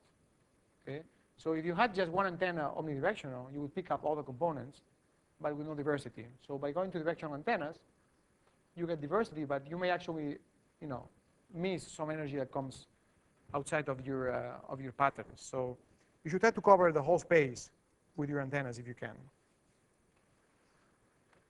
Okay, so that's angle diversity. So those are the 3 ways in which antennas can be used for diversity. Okay, spacing them out to make sure the fadings are independent, cross-polarizing them to make sure the fadings are independent, or pointing them in different directions to make sure that the fadings are independent. The goal is always the same. Questions, comments, observations? Okay, so it's quite intuitive, right, so far? Now, frequency diversity. This entails sending or receiving the information on different frequencies whose separation exceeds the coherence bandwidth of the channel. Okay, why do we need this? This separation to be larger than the coherence bandwidth. What happens if it's not? You get the same fading on both, right? So if they're in the same coherence bandwidth, they're going to fade at the same time. So there's no diversity here. You make sure that they fade separately. So that, you know, if one is faded, the other one has some chance of being unfaded. So they have to be sufficiently far that their fading is independent. So they have to be at least one coherence distance frequency away. Okay? So that's frequency diversity. And that's very common, for example, in microwave links. Usually they do that. They send stuff over 2 different frequencies. So this is very useful if you have frequencies to spare. Of course, you know, bandwidth being as expensive as it is, this tends to be very costly. Okay, last one, time diversity. So this is kind of the dual frequency, right? Send information at different instants in time. Again, we have the same notion, right? We have to wait at least one coherence time so the fading changes. Otherwise, if we send the information and then we send it again before the channel has had a chance to change, it's going to be bad as it was before. So there is no use. So you have to wait at least one coherence time so the channel has a chance to recover from the fade. Okay, so what's the obvious problem here? Anybody? Inconvenience of time diversity, especially in small fading channels. Latency, right? If the channel, you know, if the coherence time is 100 milliseconds, you have to wait 100 milliseconds. That can be a lot. So for some applications, there is no way. For others, it's very useful. So this is very used for data, for example. Okay. All right. So those are the mechanisms that are available to us for diversity. Now, for the rest of the chapter, we're going to focus on antenna diversity. Just to be specific, now the techniques that we learn can be applied also to time and frequency diversity, almost neutrally. It's just a matter of just applying them to time and frequency, but the notions are the same. So, but I think it helps to make it specific to antennas, just to be more concrete. So we're going to break it up in two parts. First, receive diversity, where the antennas are at the receiver. So assume that the transmitter has only one antenna, and the receiver has 2 or 3 or 4 or whatever. And then the second part is the converse, where the transmitter has multiple antennas, and the receiver has only one. Okay? And you can actually have both of them with multiple antennas, but we're going to skip that. If you had both, would it be the same as just looking at, not at this, would it be the same as looking at just one, and like one having multiple and the other one just having one? Right? Yeah, the question is, what happens when you have both? Yeah, it's really a combination of what we're going to learn for the 2 parts put together. Yeah. So you had the diversity compounds in some way. Unless you had like multiple input, multiple output. Yes, which we're not going to talk about, right? So maybe at the end we can talk about this a little bit to see how it comes together. Okay, so let's start with receive diversity. So the idea is this one. Let's go to picture 7.1 in the book.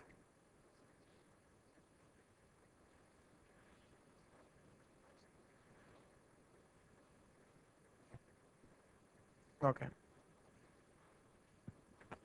So this is the idea, right? You have multiple antennas. Each one picks up its own signal.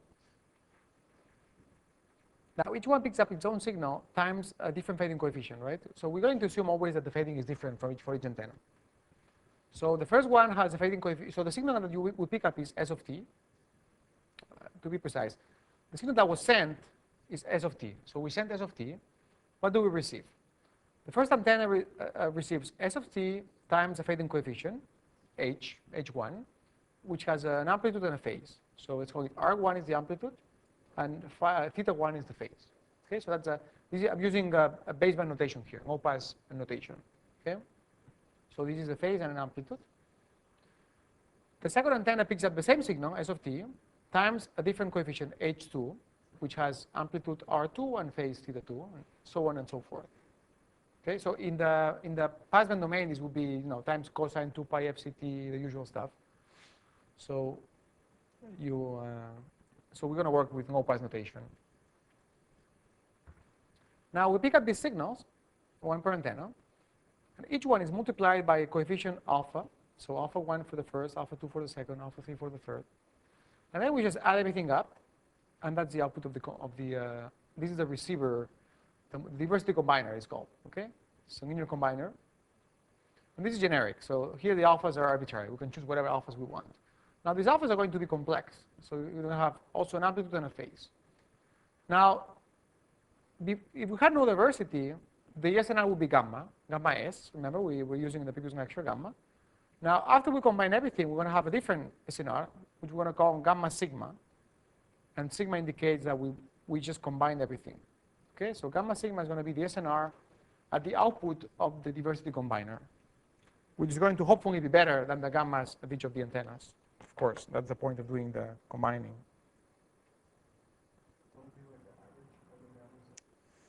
Well, what it is, it'll depend on what we do with the alphas, right? So if you're not careful with the alphas, you're not gaining anything. So you have to be a little bit clever with the alphas.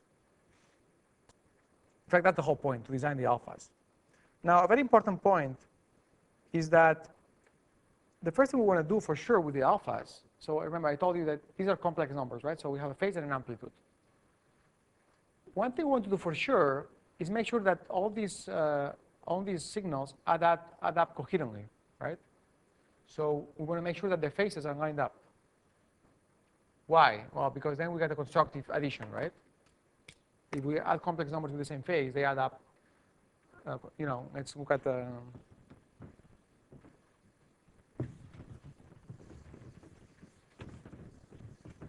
We want to get the signal as strong as possible after the combining. So each alpha can be seen as a vector, or each signal can be seen as a vector, right? So we want to add vectors that are lined up, so they add to each other, right? If we add vectors that are with different phases, we don't get so much, right? So we want to line them up to get the maximum constructive addition. Do they have angular diversity, or I guess more angular diversity?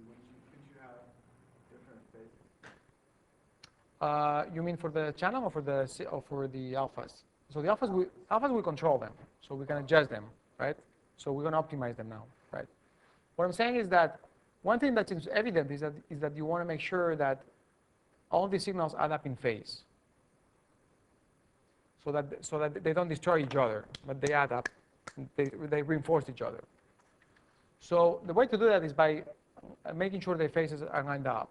How do you do that? Well, what you do is you set the phase of each alpha exactly equal to the negative of the corresponding theta. So you say, okay, I'm going to set alpha I is going to equal to some amplitude, which, let me see what's the name for the amplitude. I think it's A. Yeah. It's going to be A sub I, where the A's are to be defined, times a phase, which is going to be minus j theta I. Okay, so exactly the phase of the alphas exactly cancels out the phase of the fading on that particular antenna. So the theta, the phase of our alpha is going to cancel out the phase introduced by the channel on that antenna. And so we do that on each of the branches, and all the signals are going to be adding in phase now.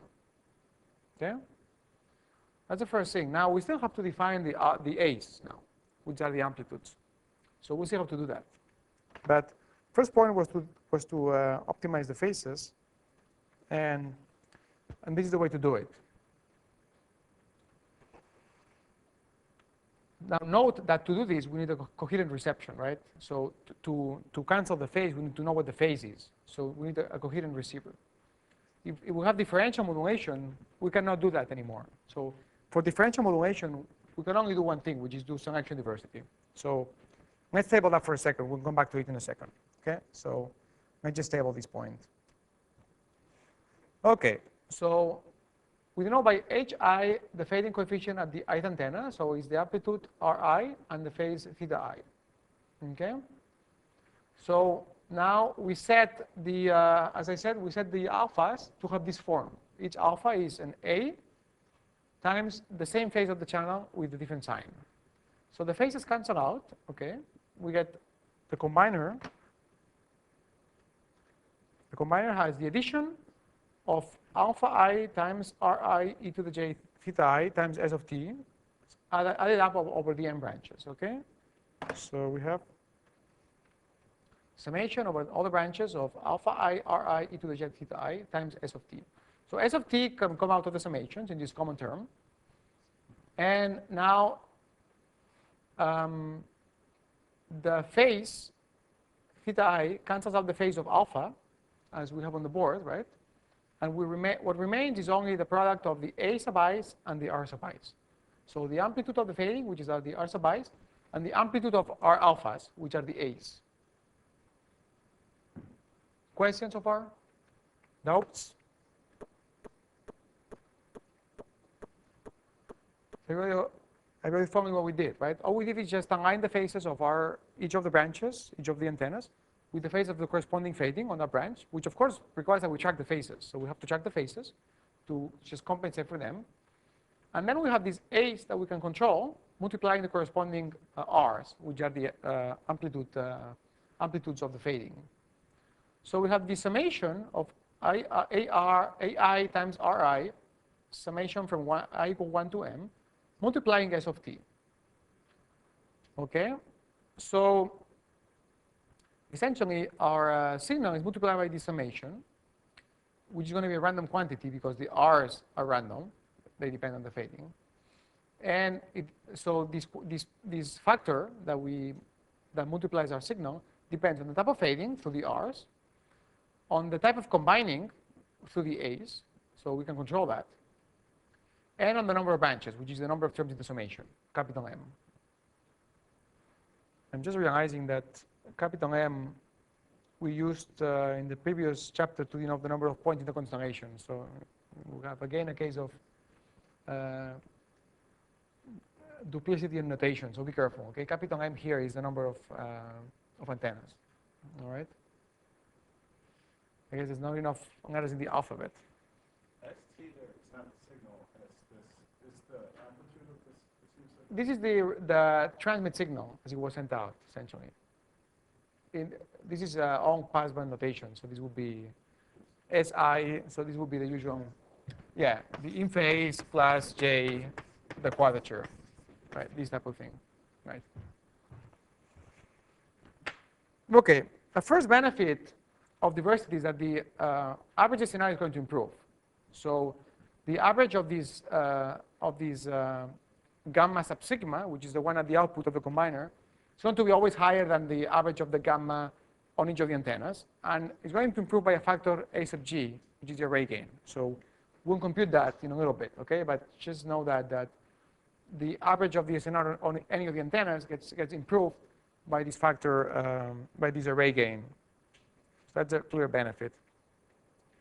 Besides an improvement in average SNR, the whole distribution of the SNR becomes better because of the combining. So we get just a more favorable fading distribution. And this improves both the average PE and the outage. Okay, remember the average error probability is just the integration of PE times the PDF of the fading. Now the PDF is going to be better because of the combining. So the average is going to be better. And the outage is this integration from 0 to gamma 0, where gamma 0 is the minimum that we want of the PDF. And also this outage is going to improve. Okay, so we're going to get improvement in both the average and the outage. And we'll see how much these improvements are. So now there are 4 types of combining, which is to say there are 4 ways to adjust these A's, which are the combining amplitude coefficients. Okay? So from simplest to most sophisticated, we have, well, not really. We have 4 types: selection combining, threshold combining, maximum ratio combining, and equal gain combining. So these are just 4 ways to adjust the A's. Remember, the phases are always equal to the ones of the fading. So we just adjust these amplitudes, the A sub i's. So let's start with selection combining.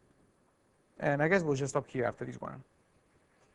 So this one is very easy. This technique just relies on choosing the output signal of the best antenna.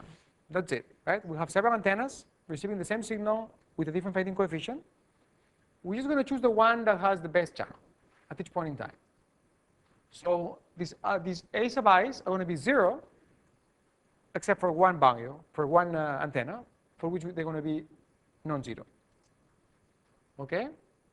That's it. So we just choose the best one at each point in time. So that's why it's called selection diversity. Now, an obvious advantage of selection diversity is that we only need one receiver, really. Right? So you can look at this picture. So you don't even have to have all these multipliers and all that stuff. You can just have one and connect it to the proper antenna, and that's it, right? So essentially, you only have to have one radio at the receiver. You just, at each point in time, you just feed the signal of the antenna you choose to the radio, to the decoder, and that's it, right? So you just need one branch in the receiver, and you just change the selection of the antenna, and you get diversity. That's it. So it's very simple. More importantly, it doesn't need co-phasing because there's nothing to phase. There's only one signal. So you don't have to phase it out because you're not adding any signals. You're just choosing one. So it can be used even with differential modulation. Okay? Even if you don't know the phase, you just pick the one with the strongest amplitude, and you get diversity. Now, let's try to quantify the improvement. So, say we have capital M antennas. Each one experiences independent Rayleigh fading. Each one has an SNR gamma I with average gamma I bar. Okay, so fading is Rayleigh. The PDF of gamma I is the usual exponential, with gamma I bar being the average. And the average, remember we derived this last week, the average is just 1 minus an exponential. Okay, so the average at the threshold gamma 0 is just 1 minus e to the minus gamma 0 divided by gamma I bar. So this one we already derived last week. Now, at the output of a selection combiner, what do we have? Well, when do we have an outage in a combiner? Say we have two antennas, right? When do we have an outage? When both have an outage, exactly. In general, we have M antennas. You have an outage only if the M have an outage, because if one of them is not in outage, you choose that one, and you're all set, right? So what's the probability that all the M antennas have outages? It's just a product because they're independent. I'm assuming that the fading is independent. That's the key assumption here. The probability of outage is just the product of the probability of outage on each of the antennas, which is this formula we just saw in the previous slide. And furthermore, if the average is the same on all the antennas, typically the case, so fading is usually IID, so it's independent and it's identically distributed on every antenna. So this product becomes just an exponent, right? This 1 minus this exponential to the power of M. Only true if the fading is independent. Both formulas here. But we'll always assume that. So that's the outage. Now, how about the average? Well, the average is a little, it's harder to compute, so the textbook has a bit more details on how you compute it. I'm not going to go into it. I'll just give you the result. The average of the selection, of the gamma after selection, is the average of each of the antennas times the summation. The summation of 1 over I from I going from 1 to M. So this is the array gain. This is the multiplying factor in the average. So a very important point here is that the array gain increases with them, but not linearly. So you get the most returns at the beginning. When you go from 1 antenna to 2, you get a pretty good improvement, right? How much do you get when you go from 1 to 2? Anybody, quick? 50%, right? Because you go from 1 to 1.5, which is 50%. If you add a third antenna, you get another 1/3. So it's 1/3 over 1.5, which is about 20%, 21% roughly. So then if you add a fourth antenna, you'll get less than 20%, and it just flattens very quickly. Okay? In fact, figure 7.2 makes this very point.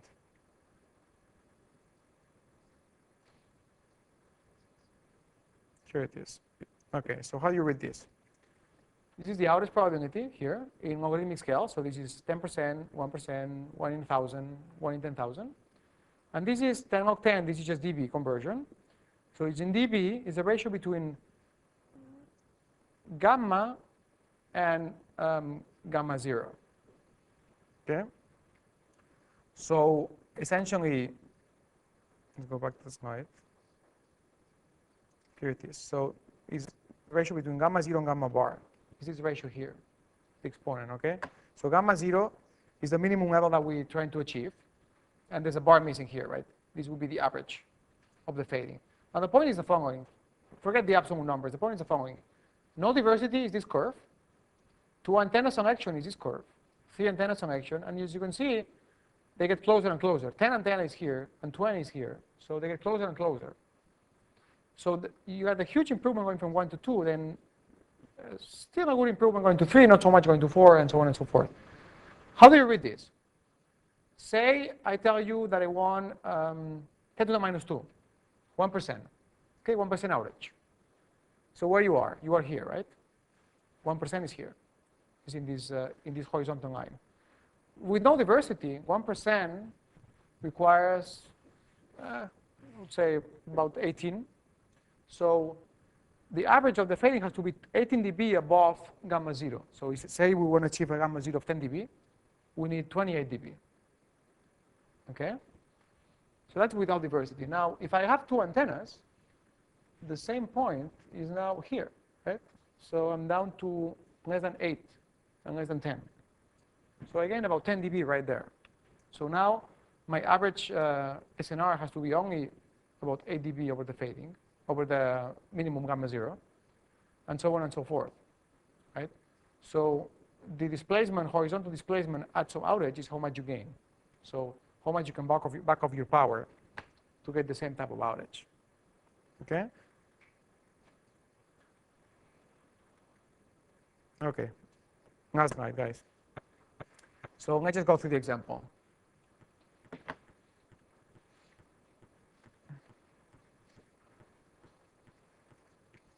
Okay, BPSK needs 7 dB to achieve 10 to the minus 3. Okay. Now, say we have Rayleigh fading with an average of 15 dB. Okay, and no diversity. We have an outage. You can work it out. We have an outage of 15%. Okay, so we want to have 7 dB, and we have Rayleigh fading, and the average of the fading is 50 dB. So 50% of the time, we're going to be below 7. So that the average is 15%. If we add a second antenna with selection diversity, the average goes from 15% to 2%, which is a huge improvement, right? Just by adding another antenna and doing selection, we reduce the outage from 15% to 2%. We add a third antenna, and we select the best out of 3, it goes down to 3 in 1,000%, 3 in 1,000. Okay, so 0.3%. So we still get a very dramatic improvement, right? Now, it's interesting to notice that although the improvements in outages are very large, the average SNR doesn't grow too much. Remember? This is the formula. We get this small improvement. So this may be shocking at first. What happens is that the average doesn't improve too much, but the tail improves a lot. The tail means the worst cases. And the worst cases are the one that dominates the outages. So even though the combiner doesn't improve very much the average, it improves a lot the worst cases, because we have 3 antennas now, or 2. So in the really bad cases of 1 antenna, you go to the other one. Okay, and you have 3 antennas to play with. So you really improve on the bad cases, even though the average is not improving by too much. Now, unfortunately, there are no formulas for the average error probability at the outage, at the output of the combiner. So we have to resort to numerical evaluations, again, simulation. People do that by simulation, then they just plot the simulations. So we have a plot in figure 7.3 for BPSK. So I'm going to look at that. The only case for which we have a formula is for differential BPSK, Rayleigh fading, where we have this formula. Okay, so this is the only one we can actually write down analytically. And the final point is that in all these analyses, we assume that the antennas have independent fadings. Now, what happens if the fadings are correlated? Well, things get worse, right? Because independence ensures that if an antenna is in a bad fading condition, the other one hopefully is going to be good. If they're correlated, it means that one being bad means the other one is also probably going to be bad. So that degrades the performance. So correlation degrades reduces the antenna, the diversity gains, although not too much as long as correlation is under 50%. Okay, guys, I think that's enough for today. So we'll pick it up here next week. All right, so I'll put a couple problems in the for next week, and that's on top of the ones you have for this week. Okay, so just submit everything together next week.